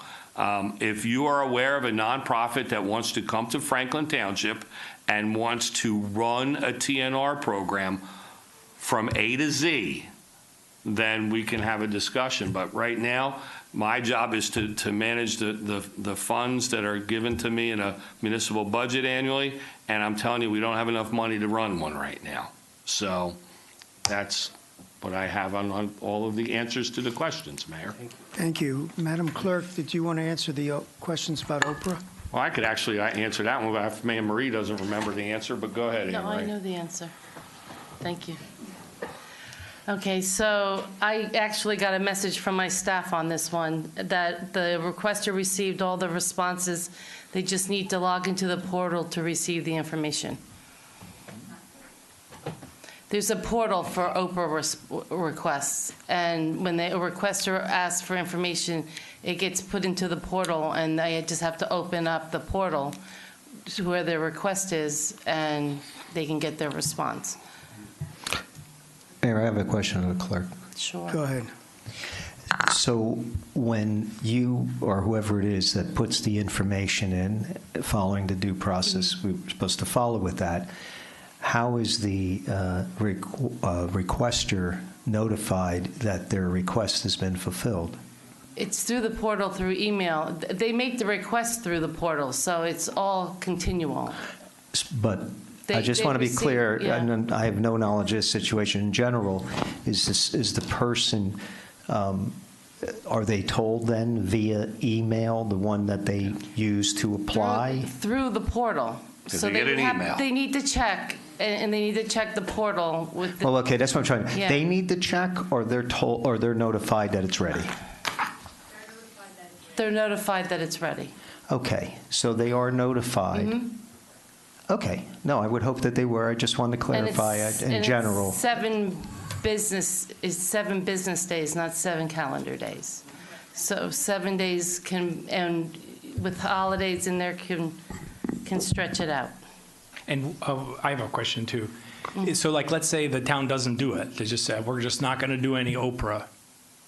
And there's no recourse? I thought there was. There is recourse, So but... can you talk about what that is? Like, is it come to the microphone and complain, or can I get money? The township can be sued. They can be taken to the Government Records Council if we don't respond to a request. So it's pretty serious accusations. Yeah, and we get between 5 and 15 requests a day.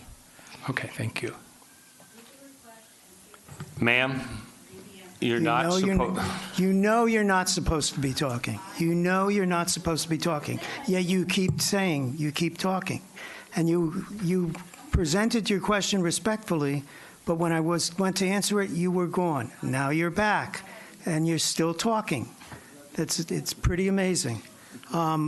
You accused us of lack of accountability. Maybe you need to listen to what I put on, what I already said. You can watch the video. But as far as the use of the gazebo, people don't have to reserve a basketball court to use a basketball court. If someone else reserves it, then they've lost their spot there. Ma'am, what don't Mr. you Mayor, understand about not talking? I'm going to, when you're done, I need to say something because I'm tired of this and I need to address it. Go ahead. So I will remember this, and you will remember it too. You left and didn't listen to what the mayor had to say. Now you'll listen and not talk, all right?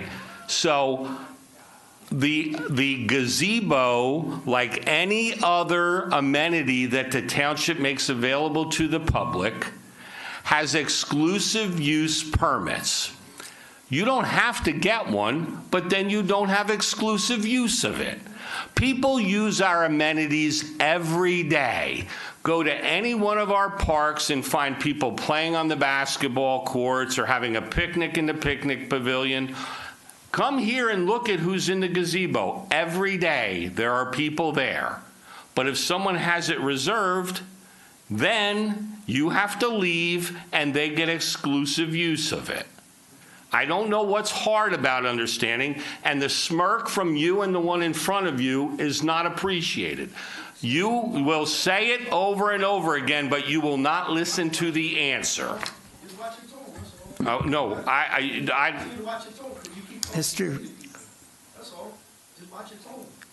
don't need to be dictated to you. I don't work for you. I work for them. Both of you. Stop. Stop. Okay. We're now on to council comment. That's fine. Mr. Wright. Mr. Wright. Oh. Okay. I want to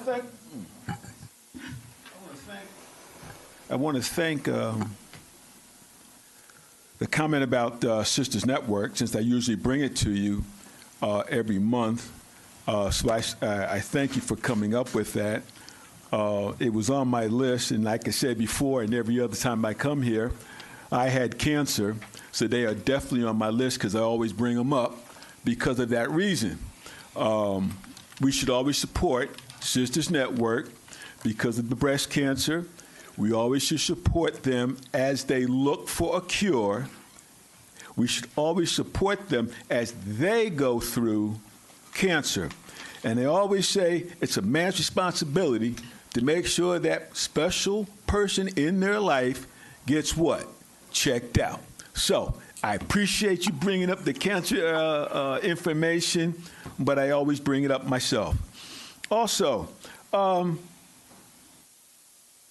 redevelopment agency, of which I am the chairman of, RPM is doing our area, and what we have is they came in and we started talking about where we want to put affordable housing.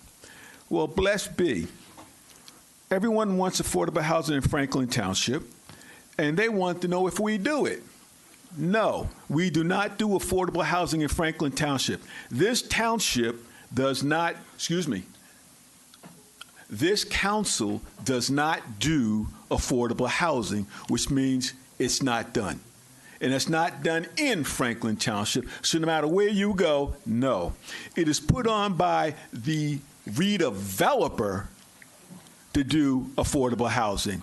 When he comes in and says, hey, council, I'm going to do affordable housing, and you have affordable housing trust fund, and we would like some money. We give them some money. They do the affordable housing. They build it. They're responsible for it, not us. Never have you heard us build affordable housing. But yet you have it in Franklin Township, but we don't do it. So if anyone believes that we do affordable housing, that's a no-no. Number two, you may not get affordable housing if you live in Franklin Township. Why? The developer has a list of everyone that has put their name there for affordable housing. If you go to Somerset County, there's a list. Everybody's got a list of affordable housing and housing in general, depending on your condition. Now, if you have voucher, which is Section 8, that's a part of the code, we don't administer that. That's a federal program.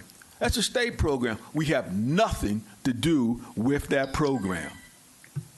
Okay? Zero. Affordable housing, yes. So as we looked at it, we were looking to find out what type of a housing we were going to build, where we were going to build it, time frame, because we gave RPM a time frame to build housing. And part of that is affordable. We gave them a timetable. And right now they're in that flux, but we dragged them on the carpet and said, hey, you promised X, Y, Z. Hey, we want it delivered. So affordable housing, they're going to build it. Affordable housing, we don't administer it. Affordable housing, I give the developer the money, they do the project. Because if we did the project, it's a whole new staff to administer the project, and we're not going to waste money hiring somebody to do something that doesn't need to be done. So why do it? So keep that in mind. The second part is, I'm kind of late on this, but I want to ask the township manager if he would make available the director of recreation, because I wanted him to give an update on the function we just had and of the programs that come into Franklin Township that we put on for our youth in the town. Did everybody catch me on that? No. That we do, and all you have to do is look at the sheet that comes in the mail two or three times a month and has all the activities written that are being put on in Franklin Township for everyone, from elderly to middle-aged to adolescent, down to kindergarten. So we need to watch that, and when we say things like that, we need to know exactly what we're talking about.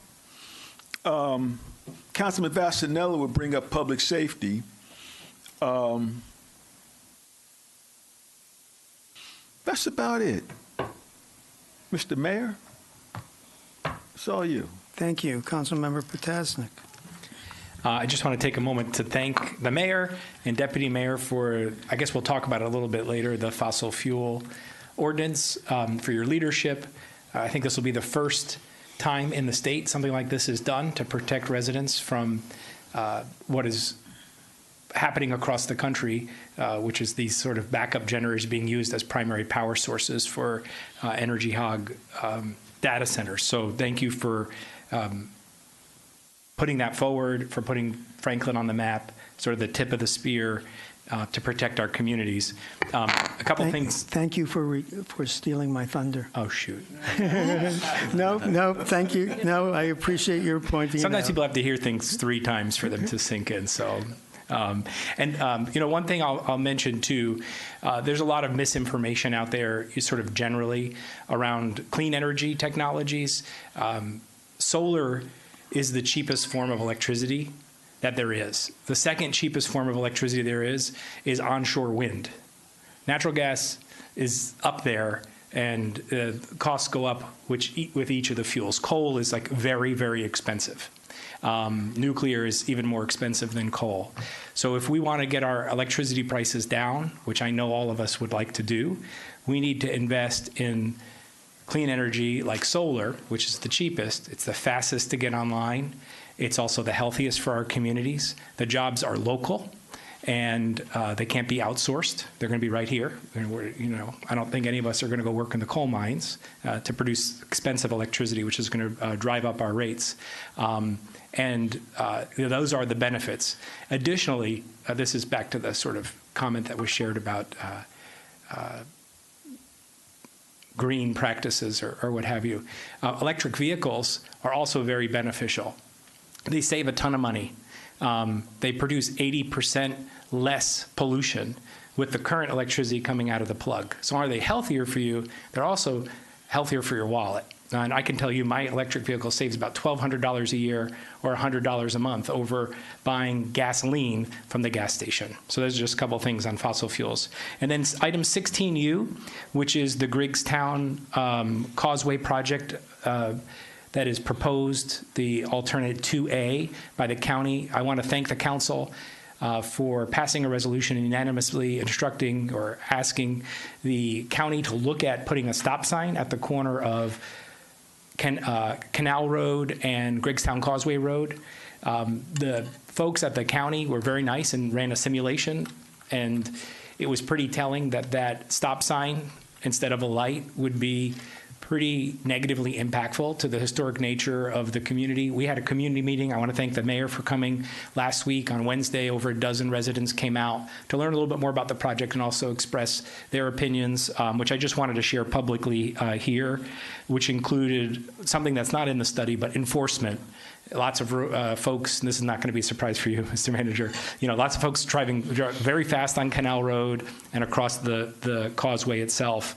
But overall, they're supportive of having a darker signal, something in black or brown, more within the historic nature.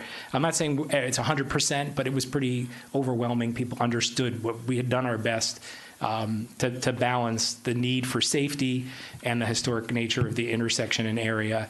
Truck signage is another request that they have to ensure that heavy trucks are not going through the areas.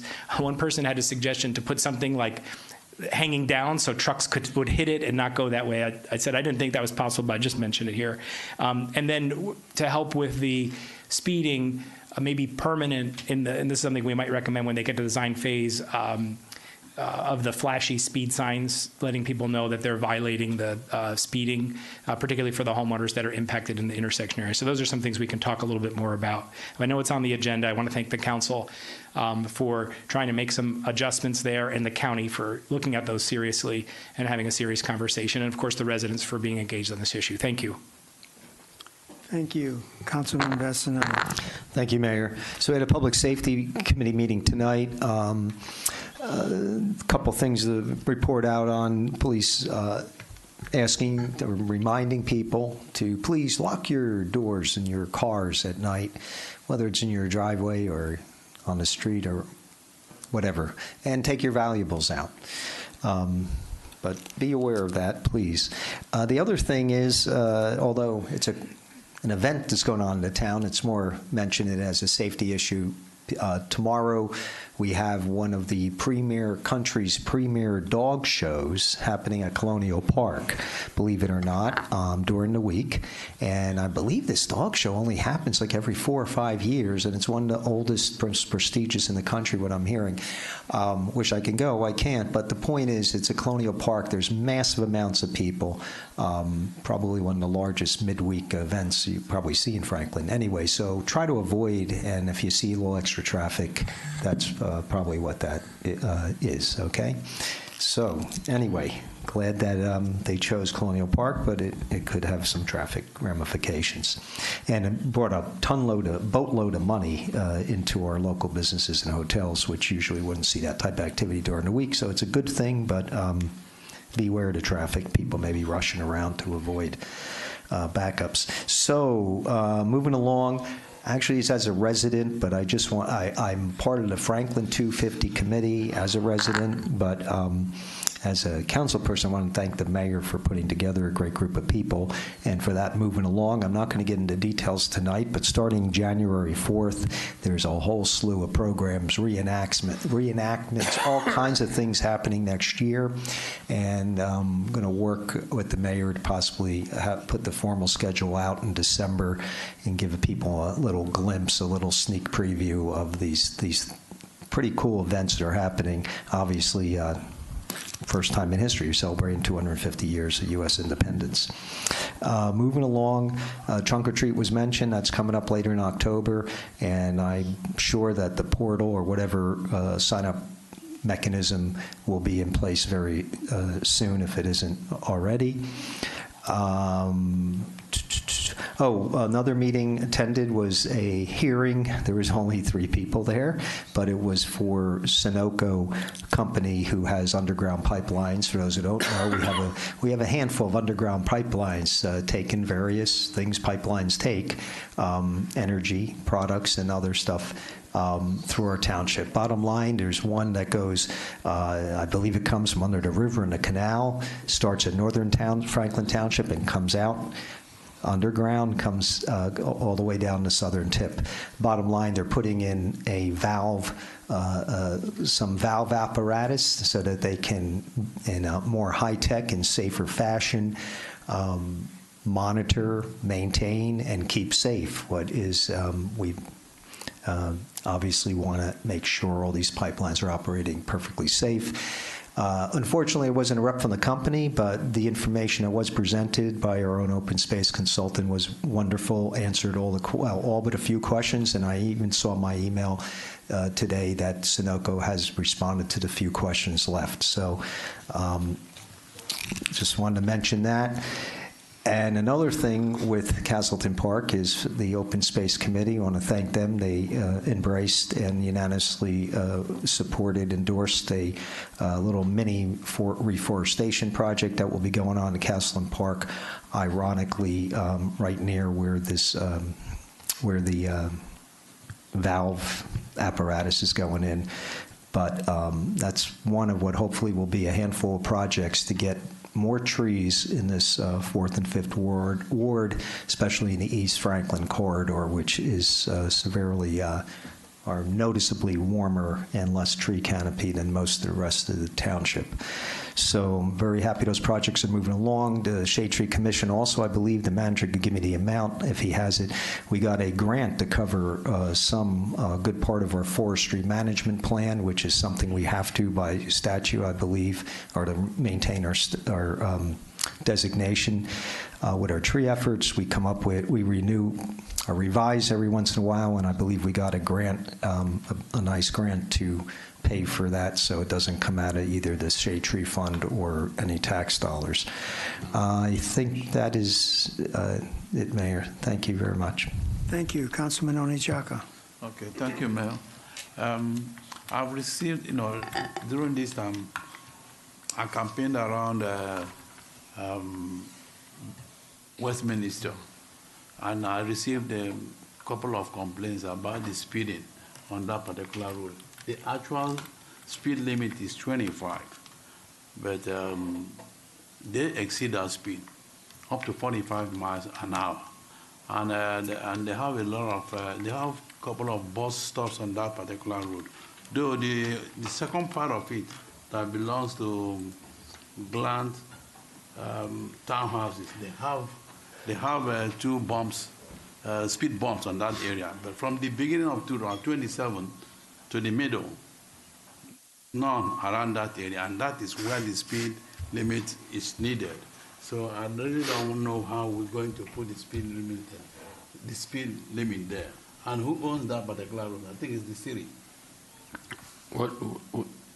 Westminster Road, from 27 all the way down. Well, so Westminster is privately housed. It's part of the apartments. Yes, the apartments. Yeah. Right, it's a private road. It's not a public road. It's their road. Yeah, it's their road. Okay. So I can't. The municipality has no authority to enforce speed limits on private roads. Okay. And there's no way we can enforce the apartment. No, you're not. Literally, you can't enforce speed on a private road. Okay. It's up to the association or apartment complexes to notify their residents, but we don't have the authority to enforce that. Okay. Okay.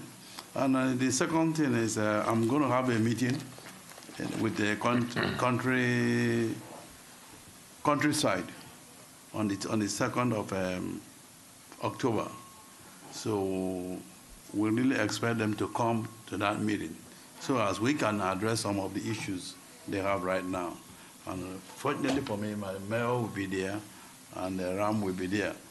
So areas that are concerned is the Middle Hills, Garden Hills, and Rolling Stone. That is the area that we're going to have the meeting. Mayor, that's what I have. Thank you, Dr. Karazi. Thank you, Mr. Mayor, and good evening, everyone. I'm happy to inform our community that the Association of New Jersey Environmental Commissions is honoring Franklin Township with the Environmental Achievement Award for our Community Energy Plan and Micromobility Study. The award is specifically highlighting how we used the original $10,000 grant to develop the micromobility study, how we build up the local health assessment and action plan, and how the Environmental Commission and Trails Advisory Committee work so closely to complete these plans as companion documents. A special thanks to Tara Kenyan for her leadership in doing this, and on behalf of the township, I will be accepting the award on October 10th during a special event. So that's a great news for our township. Today, I attended a golf out and lunch to support Food Bank. As you all know, Food Bank is an organization that has been in township for about 50 years. And they were many community members, businesses, and organizations that they came together to support Food Bank. Believe it or not, 1 in 7 of our community members, they go to Food Bank to get help for their food. And in fact, last week, I got a call from a daughter of a community member whose mother was going to get some food from Food Bank, and she called me and said that my mom doesn't have any food in her refrigerator. So I promised her that within the next 12 hours, because she called me in the evening, that she will get food from our food bank. And I made the call to the director, and indeed she was able to get the food bank, and they register her to receive it. So if you know anyone who may need some supplement for their food, recognizing the price has gone up, or if you know anyone that needs it, we have a great organization in town. Please send it to them at 228 Churchill Ave, and they will help the person without any issue. I also had attended the Senior Advisory Committee meeting this past Friday, and we had a discussion about various improvements around the senior center that are budgeted and will be taken care of in the coming month. And there was a concern that some of the roof and tiles, they are either loose or they are damaged, and myself and Mr. Stephen Dahl, who is the director of the Park and Recreation, we walked around, we took some pictures, and before I sent the pictures to the man who is sitting next to my right, he already got an information from Mr. Dahl, and he was on top of it. So I really thank you, Bob, for doing that. Tomorrow, we have our Advisory Board of Health meeting. And we have a special guest speaker, Kate Russo, from the Planning Administrator in the Office of Operations and Planning in Somerset County Department of Health Services. Kate has overseen the Canvasser program, and she will be joining us to discuss interim data, specifically as it relates to what the Canvassers saw in Franklin Township and what needs they have identified in our township. Now, perhaps you might wondering what's Canvasser program. Okay, it is a county initiative to bring education about the county services door to door in communities throughout Somerset County. They distribute Narcan and refer residents to benefits and services available through the county. So please join us. Meeting is going to be at 7:30 across the hall. And that's what I have, Mr. Mayor. Thank you. Thank you. Deputy Mayor. Thank you. I just have a couple of things. The first one I want to address is on Martino Drive. there's work that's going on, and I think there's been miscommunication around the road being closed, but I know I saw alerts go out from Nexo as well, of us communicating that there are traffic is okay on alternate ways. It's one of the last roads, I believe, that's getting completed. This contract is the last street okay. for this contract. And if we delay it, we're going to get significant penalties. Well, there would be penalties for delaying the contractor, and you run into performance on our part delays. But it's actually the work over the last 2 days that since it started has been keeping actually two-way traffic open during most of the work. No, during the work. It's a 36-foot wide road, curb to curb. Lanes are only 12 feet wide, so that means you have 3 lanes, which means you could, in theory, be milling 12 feet and still have 24 feet open. You know, we have a little bit of buffer. They can cut down to 10-foot lanes, which is what they've done, but they've been maintaining two-way traffic for the most part during the construction, and they should be able to do that during the until it's completed. Do we have any rough idea of? It's about a week's worth of work. Okay. And then it's going to be done, and it's going to benefit our community. Sure. And make our roads safer to drive on. So. That's interesting. I think that perhaps the people who live on or just off of Martino Drive might have preferred that the road be closed because they're not happy with the increase in traffic due to the New Brunswick Road closure, because Martino is not the approved detour for New Brunswick Road. Amwell and Easton are the approved detours. So the people who live in those neighborhoods are probably would rather see it closed than have traffic open during the construction. I can see that, yes. Can't win them all, Deputy Mayor. Can't win them all. But we're making roads safer one at a time. Exactly. We're going to discuss the ordinance on the data center, ordinance 4483-25 later, so I'll save my comments for that one. Councilman Wright had presented us with some tax information and what the municipal government does. I think we're going to continue repeating some of that information as we get questions, but I did want to just mention just 2 points. In 4 years, the municipal portion of the average homeowner's tax bill went up only $173. That was reported by NJDCA. And municipal taxes rose 12% in Franklin versus 28% in Bridgewater and Hillsborough. So that's our neighboring towns. And I just want to put it out there because I think that's important information as you start getting into a lot of tax questions and property tax relief and school budget. I think this is some things that you need to also put in your perception that, perspective that Franklin is our job. We're keeping it affordable, and we will continue to do that. So thank you. Thank you, Council. That's all I had, Mayor. Thank you. What I have is an announcement about the Franklin Township Mayor's Wellness Campaign. Supports Dance for the Cure, Tie the Town Pink program. Franklin Township is proud to announce its support of Dance for the Cure annual Tie the Town Pink initiative, a community-driven campaign dedicated to raising awareness and providing financial assistance to women impacted by breast cancer.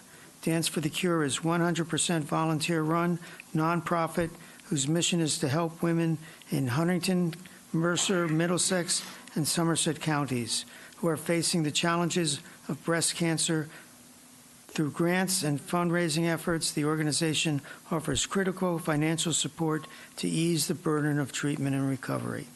As part of the initiative, what we do is the center island of the parking lot will be covered by pink ribbons. Each ribbon stands as a powerful symbol honoring those who courageously battle breast cancer, remembering those lost to the disease, and uniting the community to fight for a cure. That's all I have, Mr. Manager. Thank you, Mr. Mayor. And just as a kind of a side note, one of the co-founders of Dance for the Cure was actually one of my high school teachers.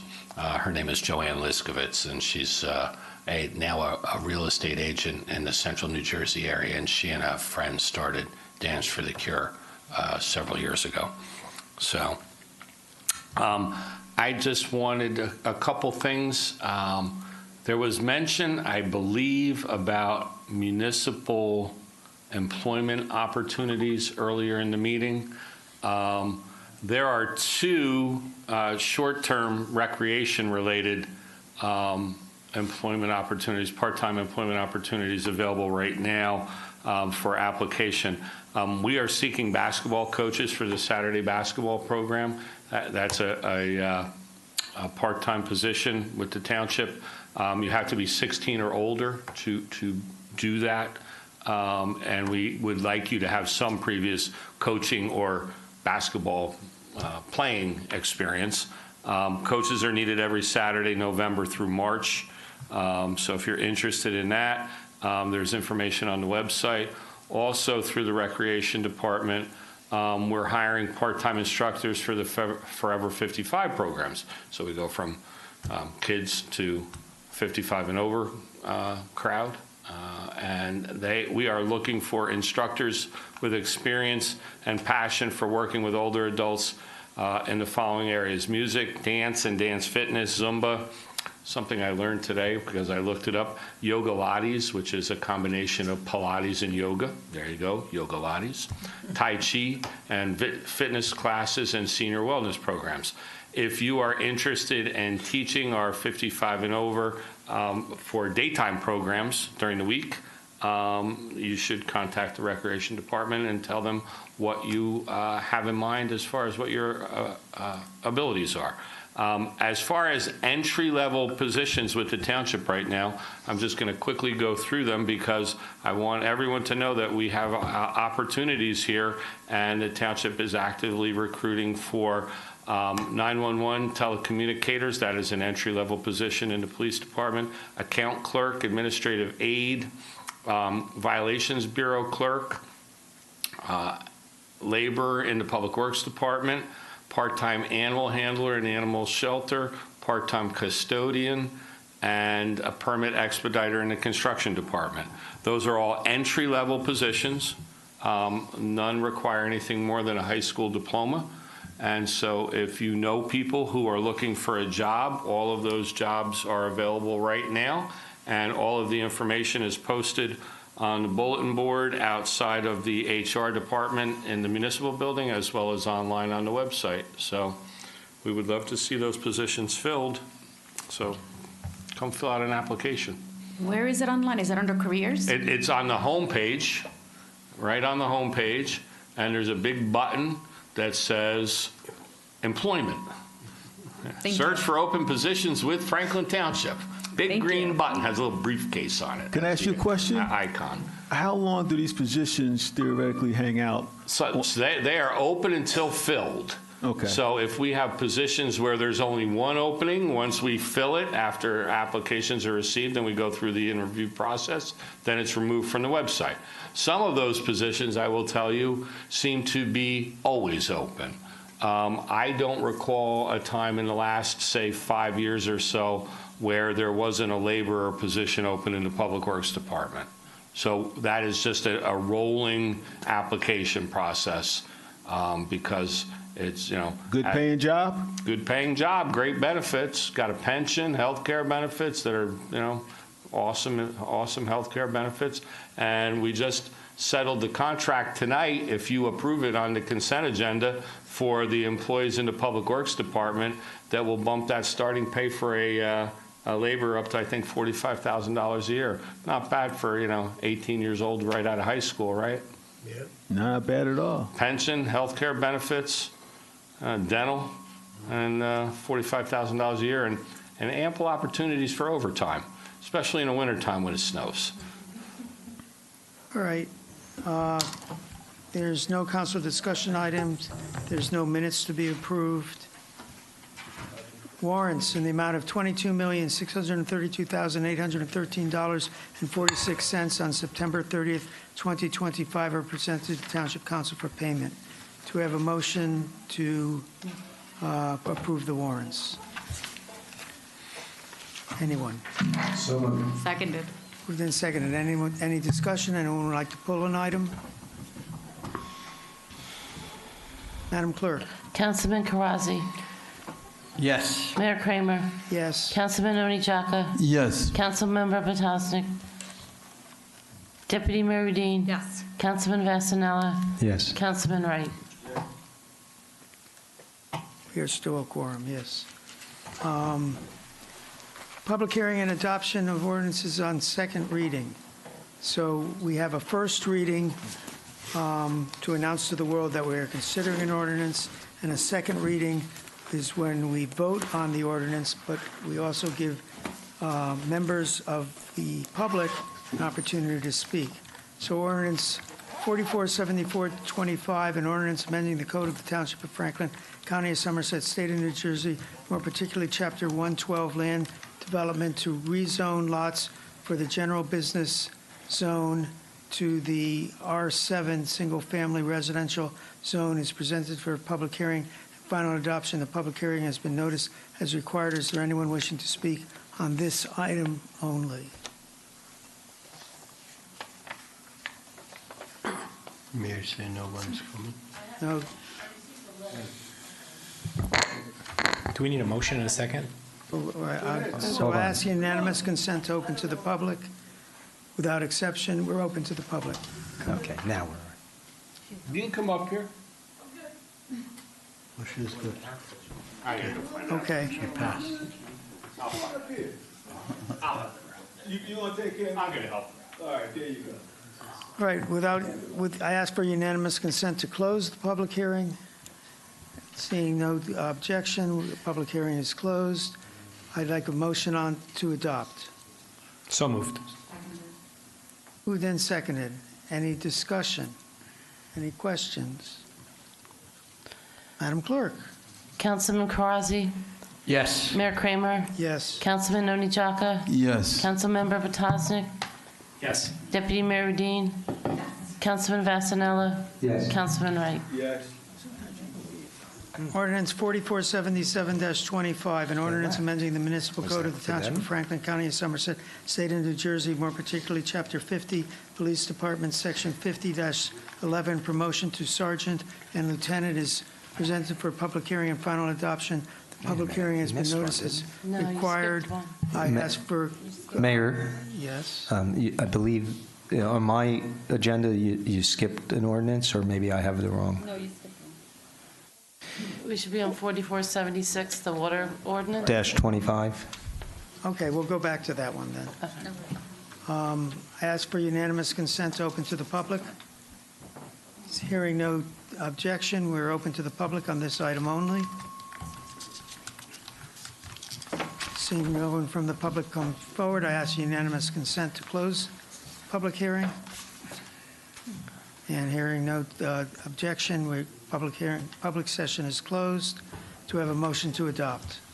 So moved. Second. Moved and seconded. Any discussion? Madam Clerk? Councilman Karazi. Yes. Mayor Kramer.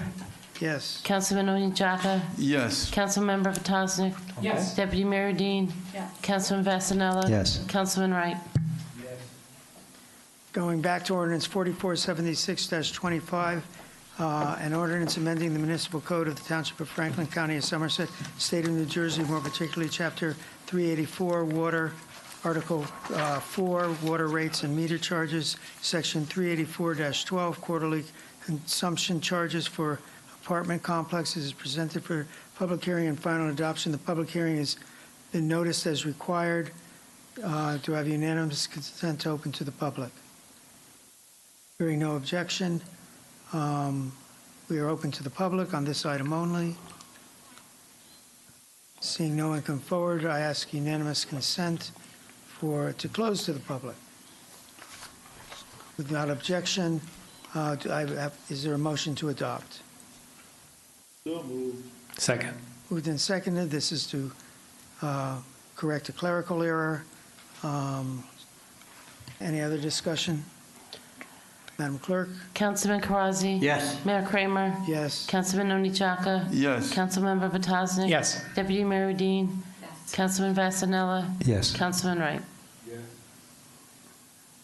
Item number 15, ordinance and introduction on first reading. So there's 4 ordinances here we're acquiring two pieces of property, each get two ordinances, so that's the first four ordinances. And this guy, and that woman will not let me do them all together. So here we go.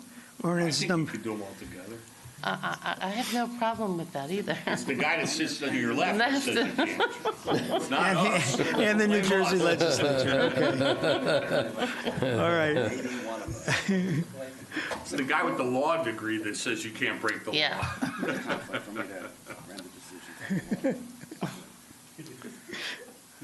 Ordinance number 4478-25, an ordinance to require by purchase or condemnation certain lands within the Township of Franklin, County of Somerset, State of New Jersey for the purposes of open space preservation in the Township of Franklin pursuant to NJSA 40A 12-13A for the property known as the West Point Avenue properties, also known as Block 384, Lots 102, 1.02, and 16-27, and commonly known as 439 and 483 West Point Avenue, Somerset, New Jersey. The foregoing ordinance is presented to Township Council for adoption on first reading, posting, publication in accordance with the law, and public hearing and final adoption at a meeting of the Township Council to be held on Tuesday, October 14th, 2025, at 7 p.m. in the council chambers. Do I have a motion to introduce? So moved. Moved and seconded. Councilman Vasanella, do you want to, is this fourth ward or fifth ward? It's fourth ward, but I'll just say on behalf of Councilman Wright and myself, we're very happy to see land being preserved, trees not being chopped down, and more density not happening in areas of East Franklin. So I'm very happy that this is happening. And many years ago, as part of one of other parts a little bit away from there, where we preserved some other space that today still remains woods on off of West Point. The Scowl Zone open space. Scowl Zone open space, yes. So these little but very important areas for preservation is much appreciated. Thank you, Mayor. Okay, and I just want to mention the term we used was condemnation. There's no condemnation going on, no taking of land. It's just the term of art. Any other discussion? Mayor, it's block 348. I think you said 384. Okay. Just want Thank to you correct that. for the That's all. correction. Thank you. Madam Clerk? Councilman Karazi? Yes. Mayor Kramer? Yes. Councilman Onijaka? Yes. Councilmember Potosnik? Yes. Deputy Mayor Dean? Yes. Councilman Vasanella? Yes. Councilman Wright? And the accompanying ordinance 4479-25, capital ordinance providing for the acquisition of the property known as West Point Avenue properties as located at block 348, lots 1.02, 16 through 27, and also known as 439 and 483 West Point Avenue in the Township of Franklin, County of Somerset, State of New Jersey, appropriating $742,600 therefrom the Open Space Trust Fund of the Township of Franklin to pay for the cost thereof. The foregoing ordinance is presented to Township Council for adoption on first reading, posting, publication in accordance with law, public hearing, and final adoption at the meeting of the Township Council to be held on Tuesday, October 14th, 2025, at 7 p.m. in the council chambers. Is there a motion to introduce? So moved. Second. Moved and seconded. Any discussion? Mr. Mayor, just the typo in front of 742 should be $ versus and, so. Okay. Eagle eyes. Ted Chase. Just going to say to I miss Ted. Madam Clerk? is smiling at home right now. Madam Clerk? I would have gotten that call from Ted on Monday morning. Okay, Councilman Karazi? Do it. I can't. Yes, I'm sorry, yes. Mayor Kramer? Yes. Councilman Onijaka? Yes. Councilmember Potosnik? Yes. Deputy Mayor Dean? Yes. Councilman Vasanella? Yes. Councilman Wright?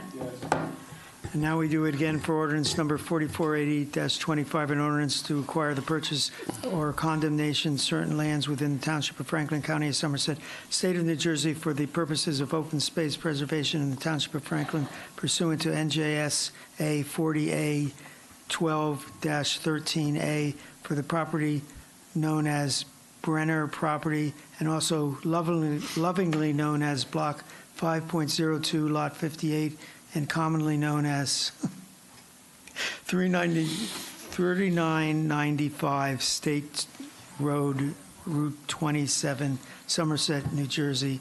The following ordinance is presented to the Township Council for adoption and first reading, posting and publication in accordance with law, and public hearing and final adoption at a meeting of the Township Council to be held on Tuesday, October 14th, 2025 at 7 p.m. in the council chambers. Do I have a motion? So moved. Second. Moved and seconded. Any discussion? Mayor, I think the font is different on the 3 and 3995. With seeing no discussion, Madam Clerk? Councilman Karazi? Yes. Mayor Kramer? Yes. Councilman Onijaka? Yes. Councilmember Potosnik? Yes. Deputy Mayor Dean? Yes. Councilman Basanella? Yes. Councilman Wright? You know, it's my job to move these meetings along.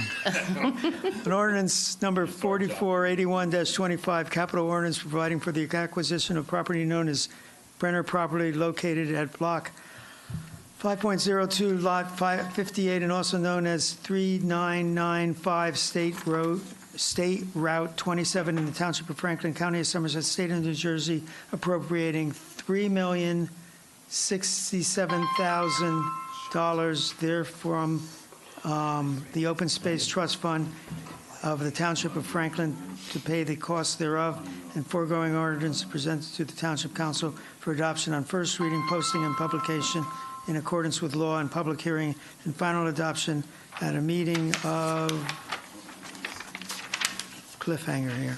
The Township Council to be held on Tuesday, November 14th, 2025 at 7 p.m. in the council chambers. Do we have a motion to introduce? So moved. Seconded.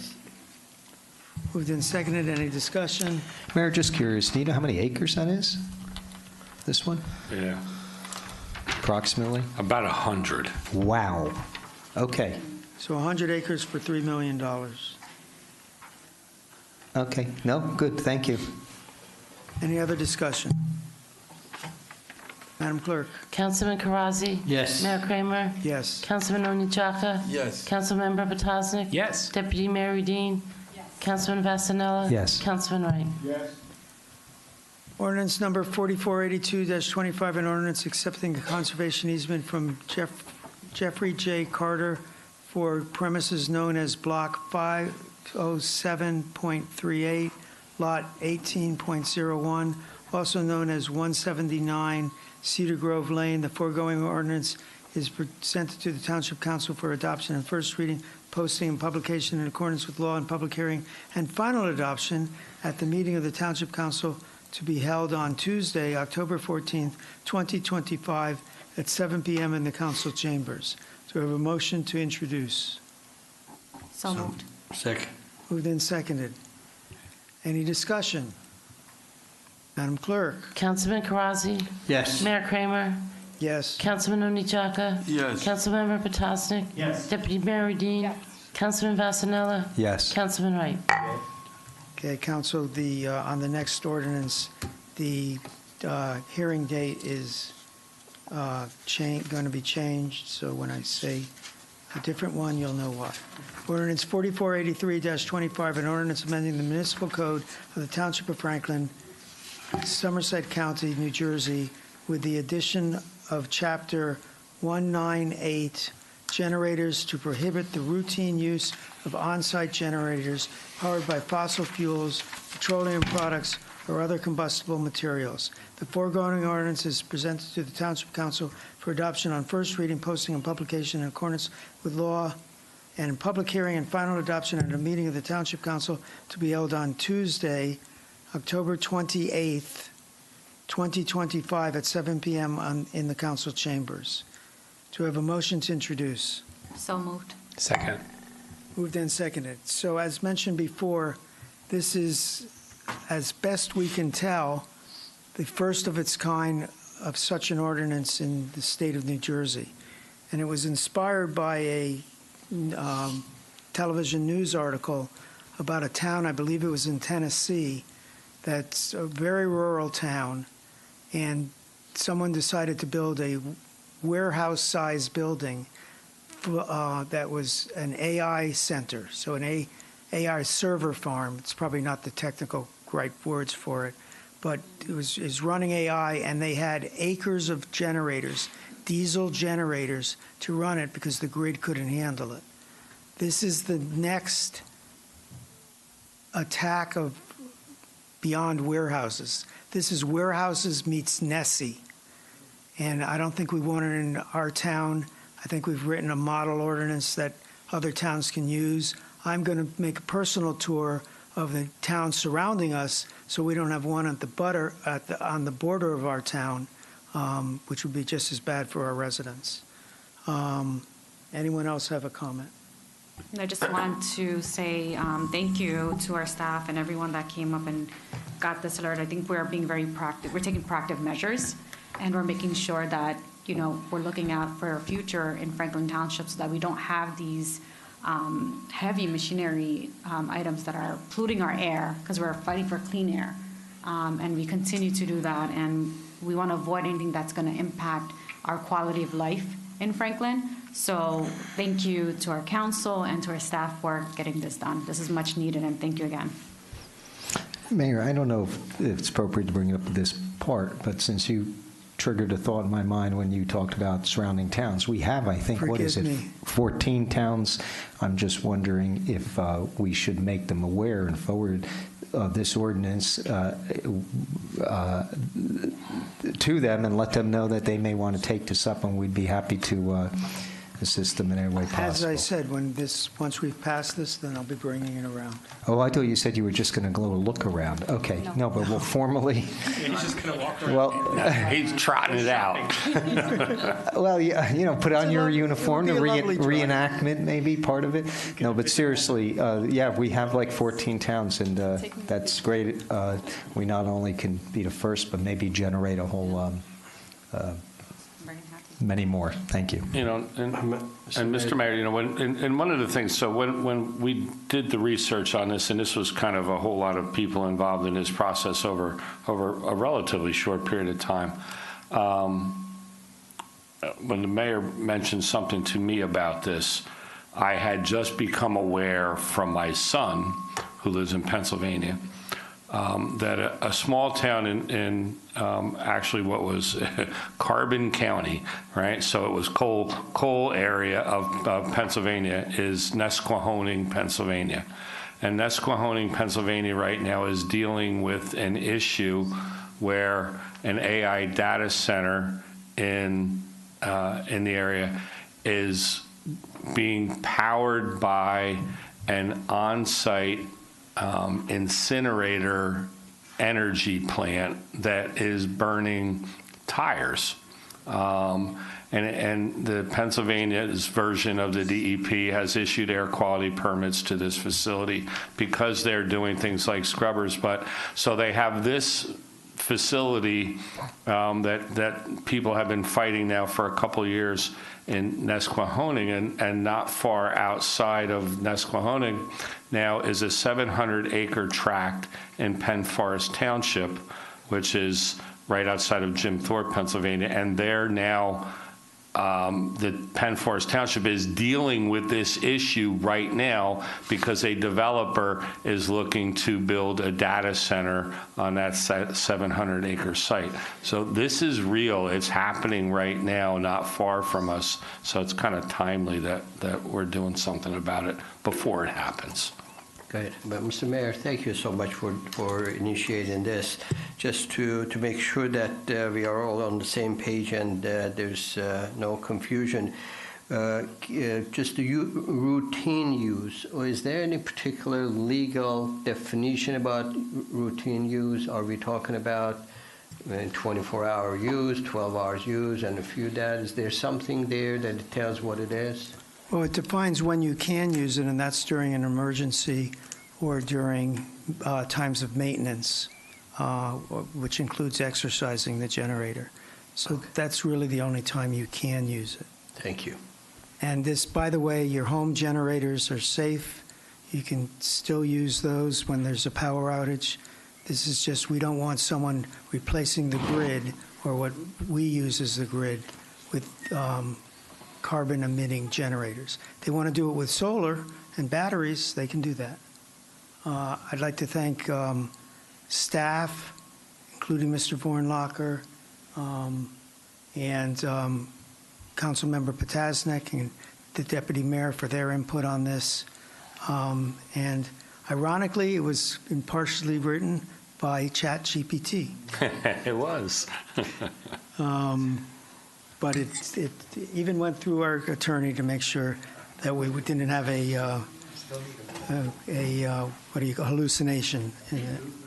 So any other discussion? Madam Clerk? Councilman Karazi? Yes. Mayor Kramer? Yes. Councilman Onijaka?